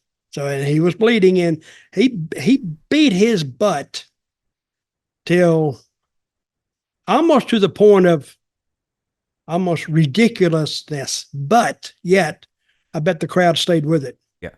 Did you think he was going to throw him off the bridge at one point? I didn't see that part of it. Oh, there's a bit where he sort of pushes him towards the bridge, and I thought he was going to push him off like a... No, throw him off the bridge. What is below the bridge? Canoe? Is it water? Probably water, yeah. Well, to me, I think they even thought about that. But throwing him off the bridge should mess him up. He shouldn't be able to come back at WrestleMania if you get thrown off a bridge. You should have some broken bones. You should have this. You should have that. So if he didn't throw him off, but I think the crowd, like you, were thinking, is he going to throw him off? Because they've seen that before. With The Rock and Austin, in fact, I believe. Okay. And that was and you can already tell that Rock has his writing team in place, and he's all sharing his vision of wrestling, and he has his own writer there. What's his writer's name? Brian Gewirtz. Yep, he's there. So, but Rock's interview, he just kind of made that up on the spot. I'm not sure he did, because he had certain things he had to say. All the swear words were bleeped, every single one of them. So I think he had certain things he was going to say at certain times. So because it's live and they've got 7-second delay or whatever. Well, I can see that, but because now they know that he's going to go out there and he could drop an F-bomb, like, saying hello. So the guy on that switch has got to be on his toes. Yeah. So, but I like the way they got it. And I haven't said that many times since I've been following WWE. I've seen some good stuff they've done, but this is overall, they're doing a really great, and I like the beat down. Don't just go to it and get away from it because you got another match. How many arm drags and slams and elbow drops and knees can you see without it becoming like a football player that you run up the middle? You run up the middle. Go for the long bomb. That's what brings people, football fans. They want to see that. They want to see offense in football. And I think the Rock has brought it back. And Rock was probably the only type booker or leader. And I think Triple H shares this same vision because they came up about the same time, more or less. And I think now they can get all the talent enthusiastic about this new style. And I think they'll take it and they'll do well with it. They got some great athletes there. Yeah. With you keep saying Attitude Era 2.0. Well, I think some people think of the Attitude Era, they think of other things. I think gritty, like grisly, visceral, something you can really sink your teeth into, violent. Well, that's what the Attitude Era. I think you had that during the Attitude Era. They had some other crap too. Yeah, but when he got on Cody, and see, Cody is another one I'm talking about, going to the ring and smiling and doing all this stuff on the way to the ring. I think he may change that too a little bit. But and the story, remember, I talk about story a lot. People are engulfed with this story, and the story is gone 2 years. And that's what it took Dusty about 2 years to get the title, and he didn't even hold it that long. But you got to give days. Huh? He'd hold it for days or a few weeks. That was it. He was sort of like savage. How many times did he hold it? Dusty, I think 3, maybe 2 or 3 times he held the NWA title, and he didn't hold it long any of those times. Because the people will come to see the babyface win. They won't come to see him lose. If you got a strong heel challenger, unless it's a hell of a story, they won't come to see that. That's been proven time and time and time again. Now, this Roman's reign, I think he's done a fantastic job with it. Because if you just listen to Roman Reigns, after a while, you get mesmerized by him like you do The Rock. And Dusty would mesmerize you, and because Dusty was entertaining too. But these guys, they got it the way they need it and the way they want it. I'm thinking of people being, now I'm thinking, let's think back. How long was TKO or Endeavor in the running for WWE to buy it? I don't think that popped up in about a month's period, 2 months period. I think they had to have the inside lane doing all of it. They just weren't mentioned. Remember that they talked about NBC taking it, or Universal, or somebody else taking it. Saudi Arabia, that was one that was Paramount and Saudi Arabia. Yeah. But I think the TKO people and Endeavor, they had the inside lane on all of it. Because when this started going, and I don't even think that TKO realized what a great plan they had in place. But it's not just the great plan and having the ability financially to invest in it, but getting the right people. It's like a football team getting the right coach that who knows what he's doing. And The Rock, I didn't think Rock would. I don't know who's giving him all his ideas. I don't know if he is that. Rock is doing what worked for Rock before. Yeah, I bet he's been away from wrestling full time for over 20 years now. I bet over whatever he was doing, I bet he's compiled a mental checklist of tons of ideas he'd like to do in case he ever came back to wrestling. Because he clearly still loves it. Well, he does. And he's good at it. I'm not saying he's so good at the wrestling part, but he is such an overwhelming character because he looks like $1 million out there.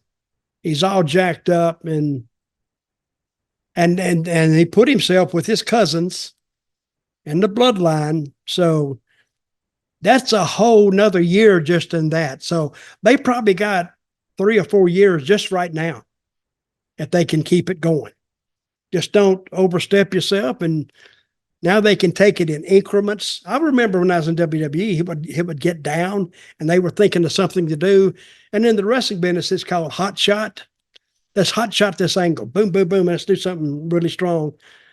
Well, it would have been okay to start it that way, but yet they would be out of it by the next pay-per-view. What they would do to me, and what I understood, and I'm studying and I'm there with them, they would book from pay-per-view to pay-per-view. That's it. Then they would, after the pay-per-view, then they'd start something else. Then they go to the next pay-per-view, then stop it there and then go to the next one.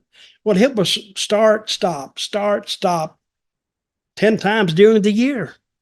But with the bloodline, they've kept that going. Now, you have a lot of people complaining, Roman's, he's been the champion too long. And yeah, I get that. I don't see the business going down with him being champion. And what they've done, they've built a desire for to see Roman lose that title. And of course, he can only lose it at this point to Cody. Because if you had somebody else come in and take it, that screws everything up. Now, when you're trying to just think of what this WWE creative they have to deal with, they got to think of the collective mind of the fans out there and the TV audience. They got to think collectively, and now they can take their time because they have their attention. Now you don't do anything crazy.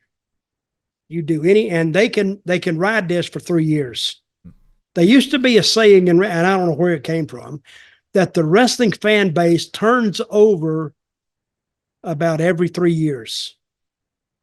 Did you ever read that, something like that? I remember hearing something like every storyline can be recycled every 7 years.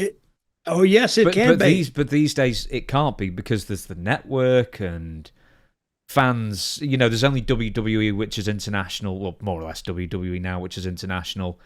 And I think you got a lot more hardcore long-term fans watching who will think, hey, they did that in 1997. Yeah, that kind of thing. So I think it's Jim Crockett Promotions, which was the promotion in the Carolinas. Jim Crockett had a book, and he would do 6 weeks or 7-week programs or 8, no more than 2 months. And he would follow the same format, basically. He would just change the talent is all he would do. And it would take somebody that really paid attention to wrestling to really notice that. Okay, let's take this. Let's say would The Rock going into the bloodline, would it have worked if Seth Rollins had been in that spot?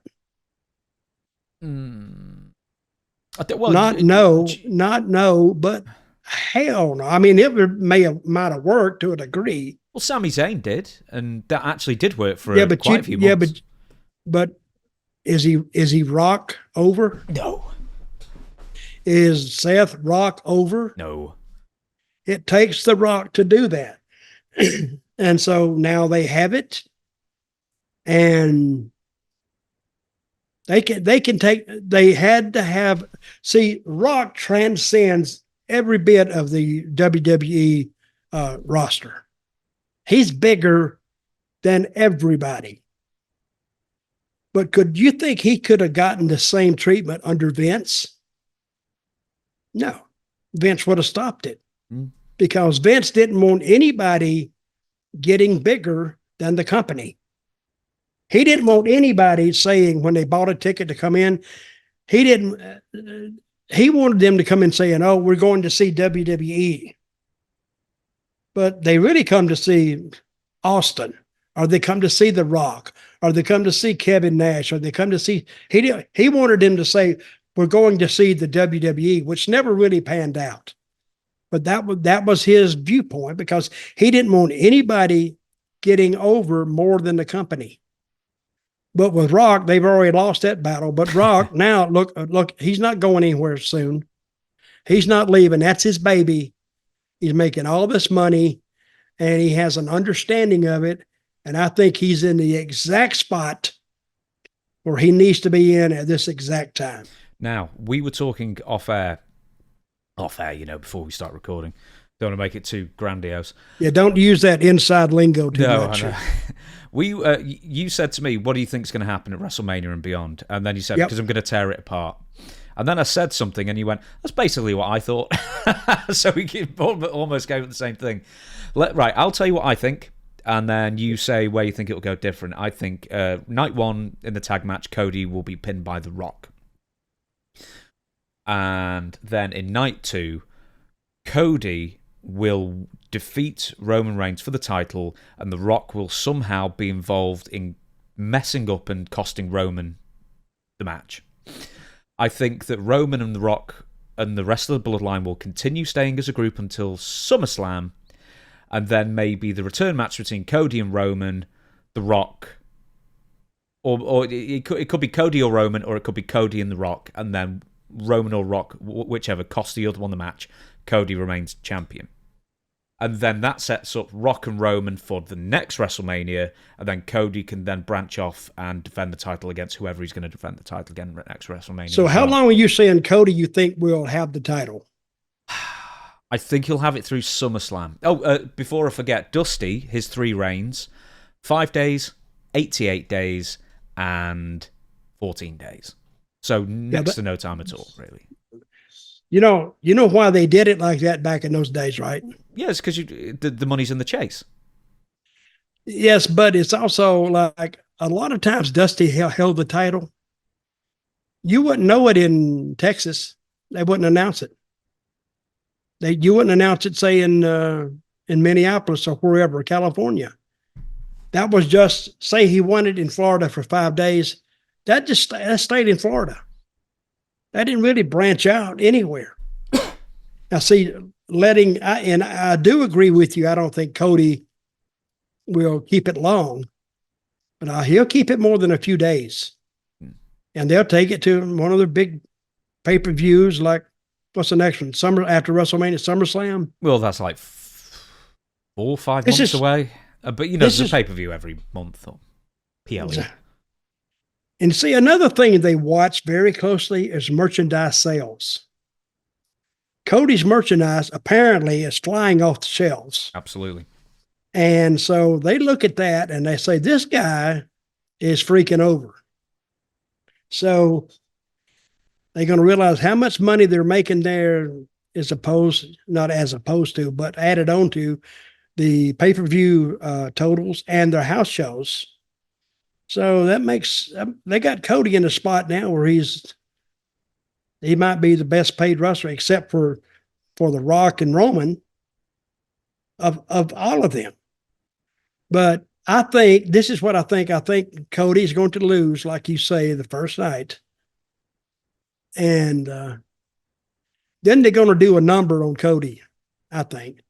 I brought this up. I think we'll have him actually helped to the dressing room or gurneyed out, maybe, because they beat his ass that bad.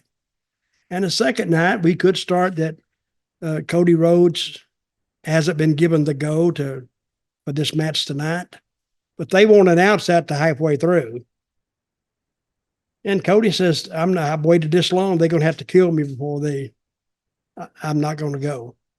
And have him go back out there. And here he comes, Spirit of 76. You can beat me down, but you can't keep me down. And then go out there, and then he goes through it all again. And I think then Cody somehow, through a misdirection with The Rock and Roman, Cody goes over and wins. And now that takes precedent over Cody winning. And now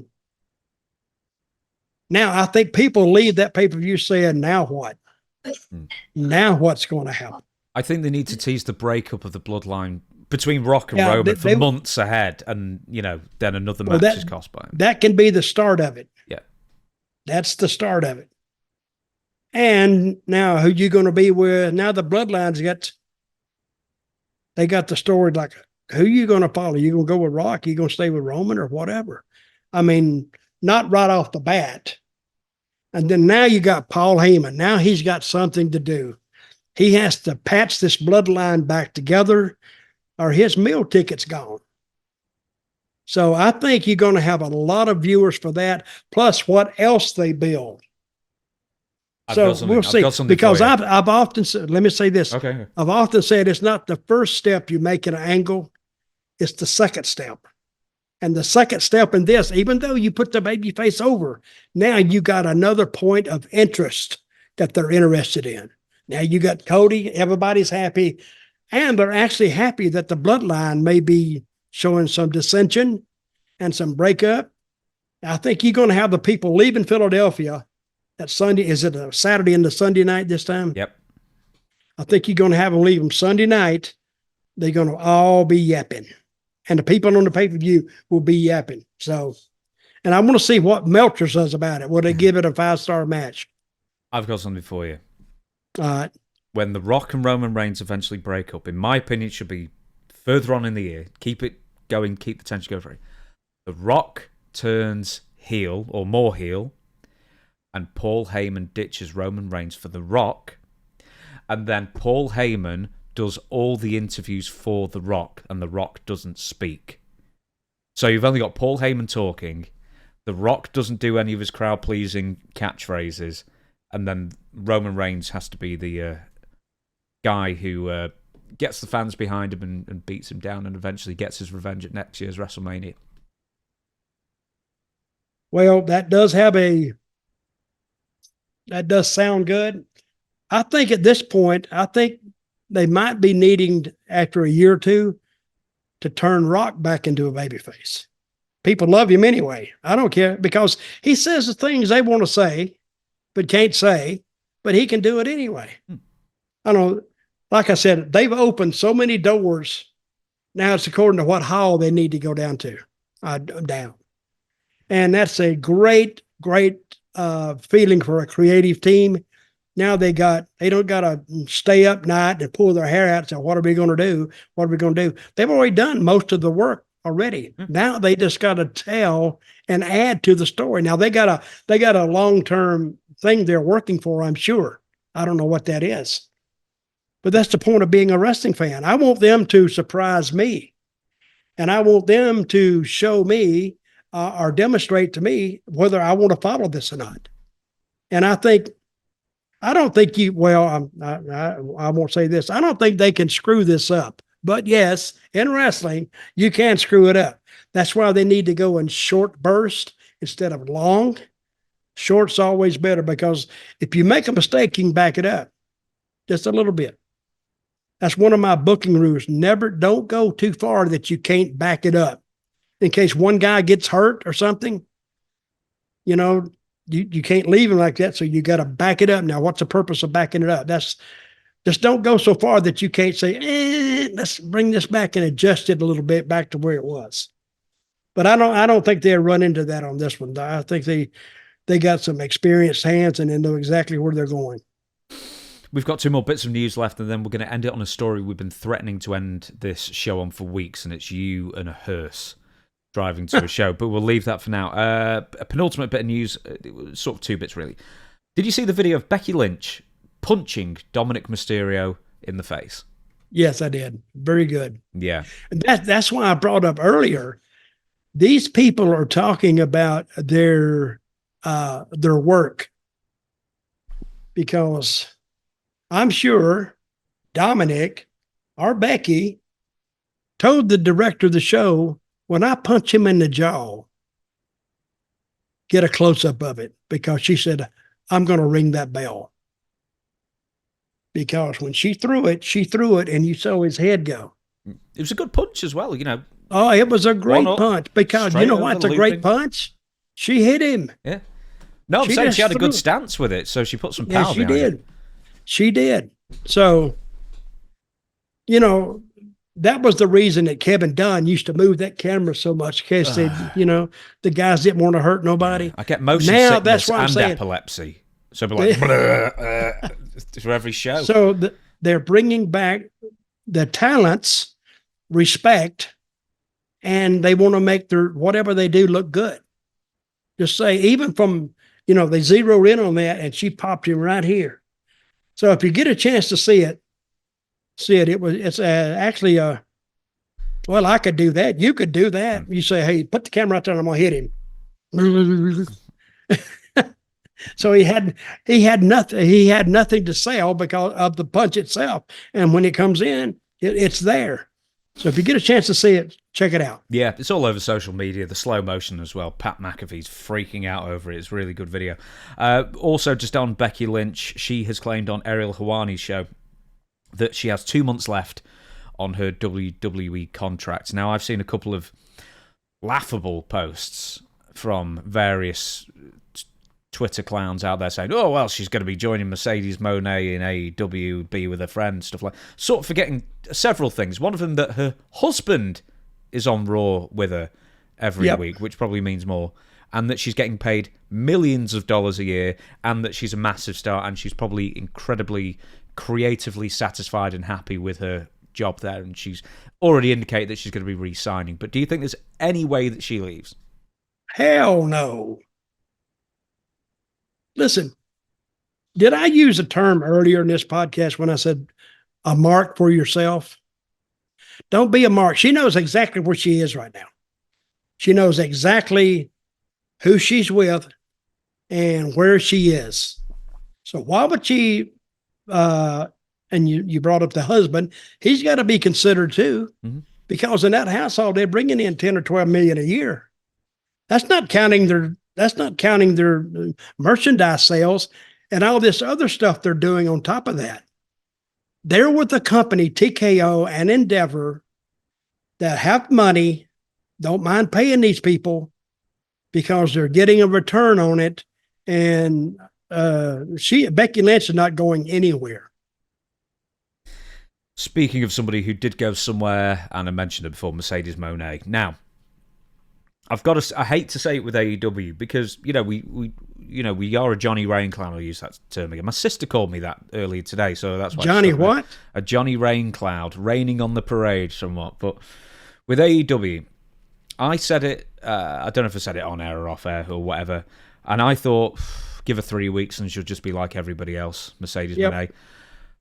She's barely made it 2 weeks, and she has an entrance on AEW Dynamite yesterday as we record this, and it was just like, 3,000 in the building. I mean, they should be used to that by now. AEW's, that's about what they're usually bringing in, but she did not get the big cheer.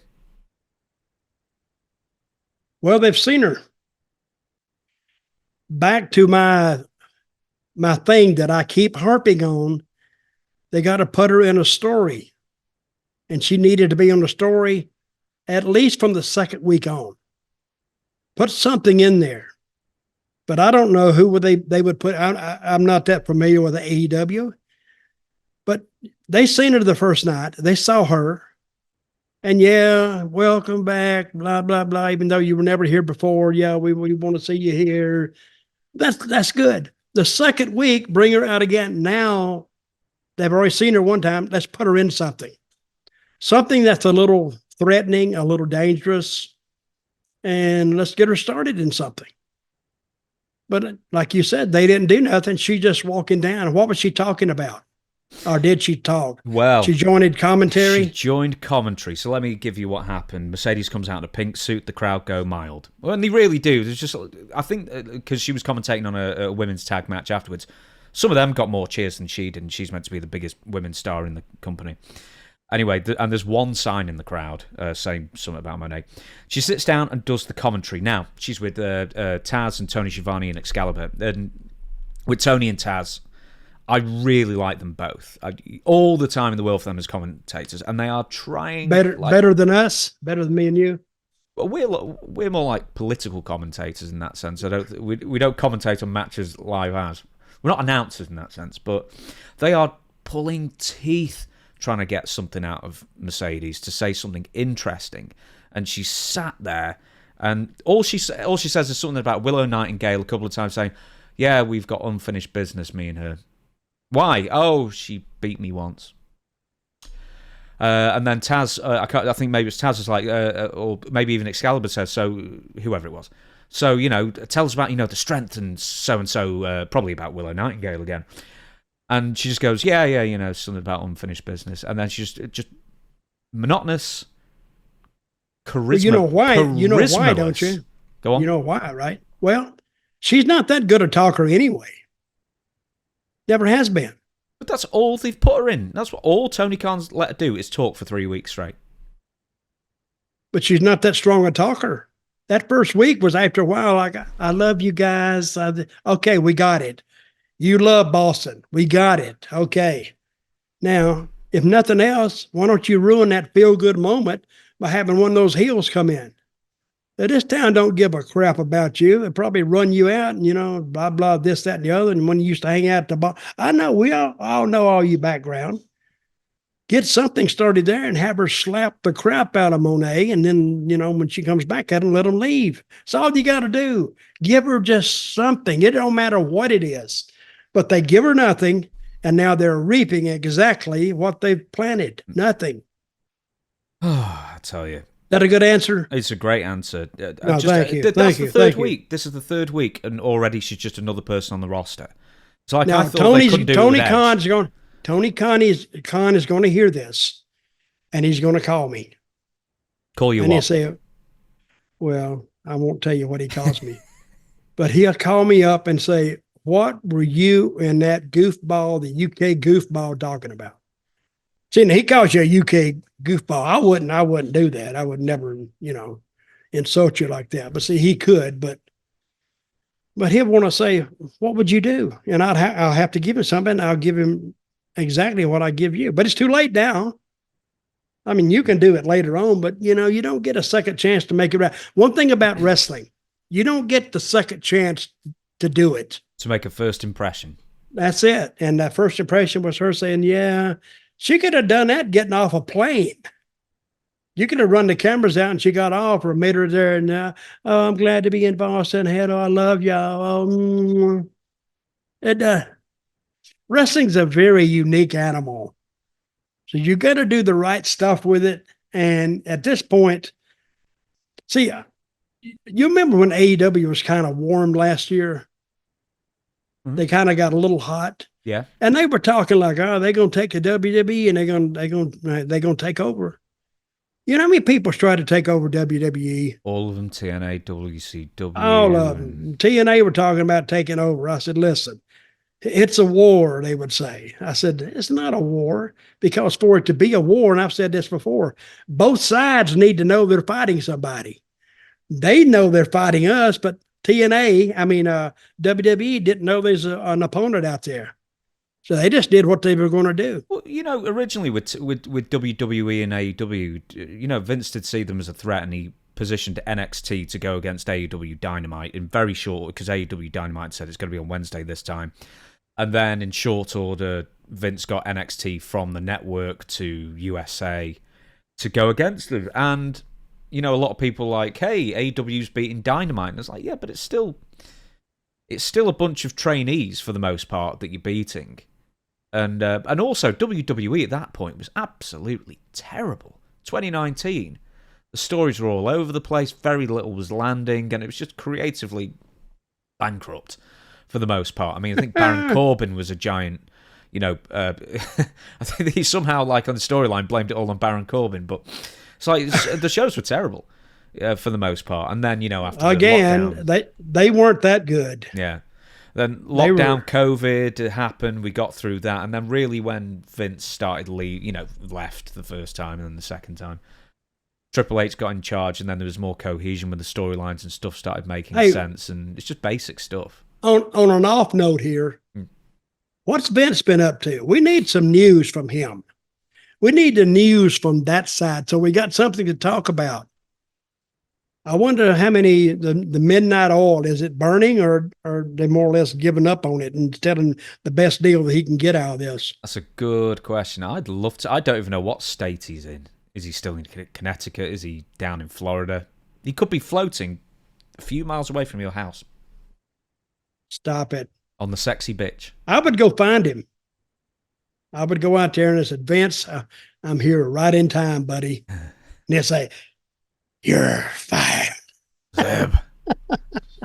You bring me back to that crap. You're fired. I said, I don't even work for you. You're fired anyway. Take a microphone with you. Yeah. It'd be good. It'd be good for the ratings. But we need to know a little more about Vince's side and what's going on, because that news has gotten stale. So, but I have predicted that I think that attorney for Janelle Grant, she has a lot of those other girls who've contacted her. I think we're going to have more of them coming out, but not right now. I think the attorney is holding them back till they see what's going to happen to Vince. Class action lawsuit, I bet, is coming on. Let me just give you one more thing about the Mercedes thing, and then we'll end on the Hearse story. Is a couple more examples. Edge, Adam Copeland, Bryan Danielson, AEW. I mean, these are different years they came in, but they came in, and what did either of them have? I mean, Adam Copeland had a storyline going with Christian, which is, the natural thing. But for the most part, he was just having the match of the week with somebody he's always wanted to wrestle. And then Bryan Danielson's exactly the same. It's just match of the week with whoever he's dreamt of wrestling.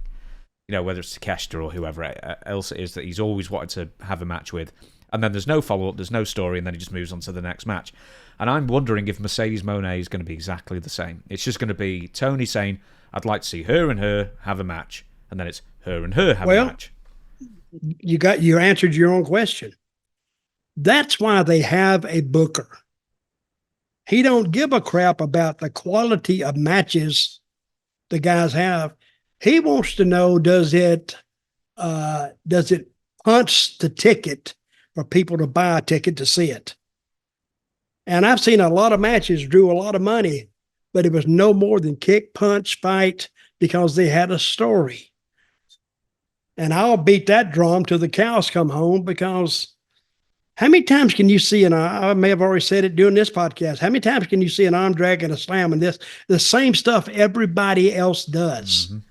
But if you got a story, you can always go back on that story and change it or move it, rearrange it. But you can't do that to a match. Once it's done, it's done. So Tony Khan, he needs to get him a booker, and a booker that's needs to kind of know where he is. But I guarantee you, if they got a booker in there, he'd be the most hated man in pro wrestling. Wow. All the talent would hate him, because he would probably, if he was smart, he would cut about half those guys out. Because you don't need him. He's got 140 guys under contract. 180, something like that. He can't be paying them every week. Can he? Every week. He's probably flying most of them in. And they sit there and look at each other. Yeah. Well, if he's got the money, he can do that. It's just, it just becomes party time to them. They fly in, I got to go. And I bet some of them are saying, damn, I got to go to that damn Boston. Because they know they're going to just sit there and look at the rest of the dressing room. And they hate to go, and they hate to do this, they hate to do that. That's the thing about wrestlers. When you give them a schedule, they hate it already. They don't want to be on a schedule. They want to do what they want to do. Basically, wrestlers are outcast in other professions, and they couldn't have a real job because they'd have to actually get up and go do something. And they don't want to do that. So, but these guys, I wish them a lot of luck. So get all the money you can, guys. And because I don't know how long Tony, he can do it forever, I guess. If he's got $1 billion, he can do it forever, I guess. But, till he gets tired of it. But Tony playing, war with these guys was like playing like a little toy soldiers. He'll eventually get tired of that. But it's been 4 years. He's not tired of it yet. So let's see where he goes. It's even further than Boston this week, Quebec City. So that's a heck of a flight.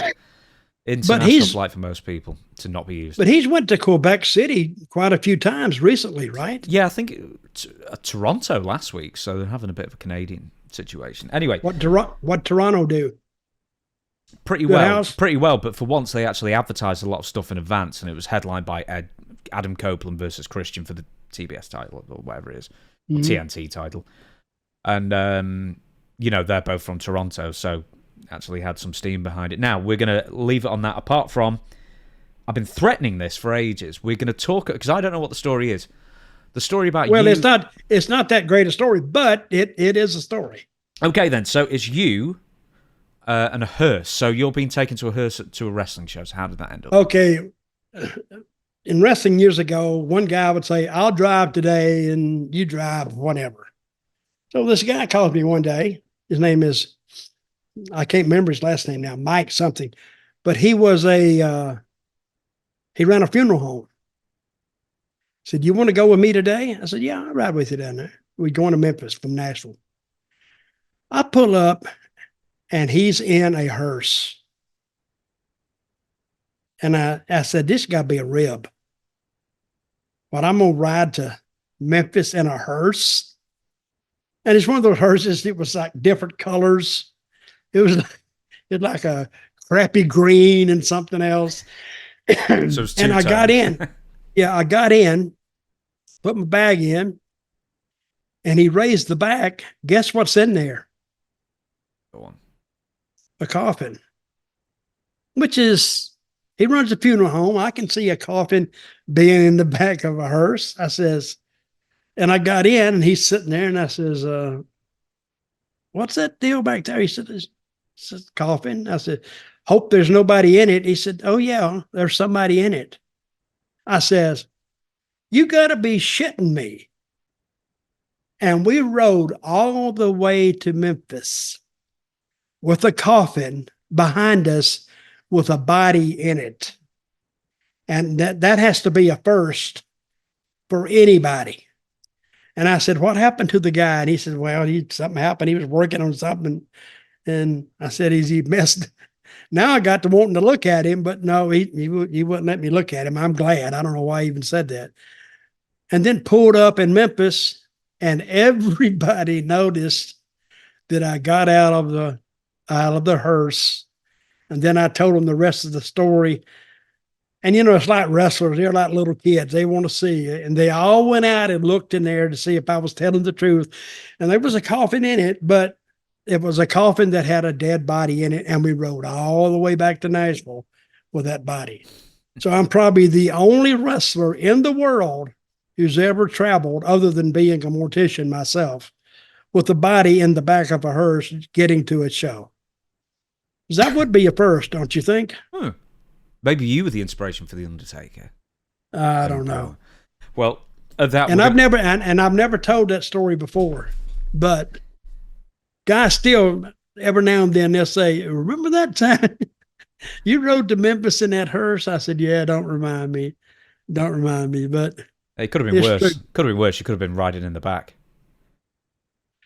Well, I wouldn't have went. They didn't have Ubers back then, but I would have been calling me an Uber to take me to Memphis. It only been like a $500 bill by the time I got down there and back. On that note, we're going to close down the podcast. Thank you very much for watching. We will catch you again next Tuesday for Ask Dutch Anything. That is the episode where you get to have your questions answered. Hopefully, if you get through by the Dirty Dutchman himself, you email questions for dutch@gmail.com. Hey, we didn't play my interview from Smoky Mountain.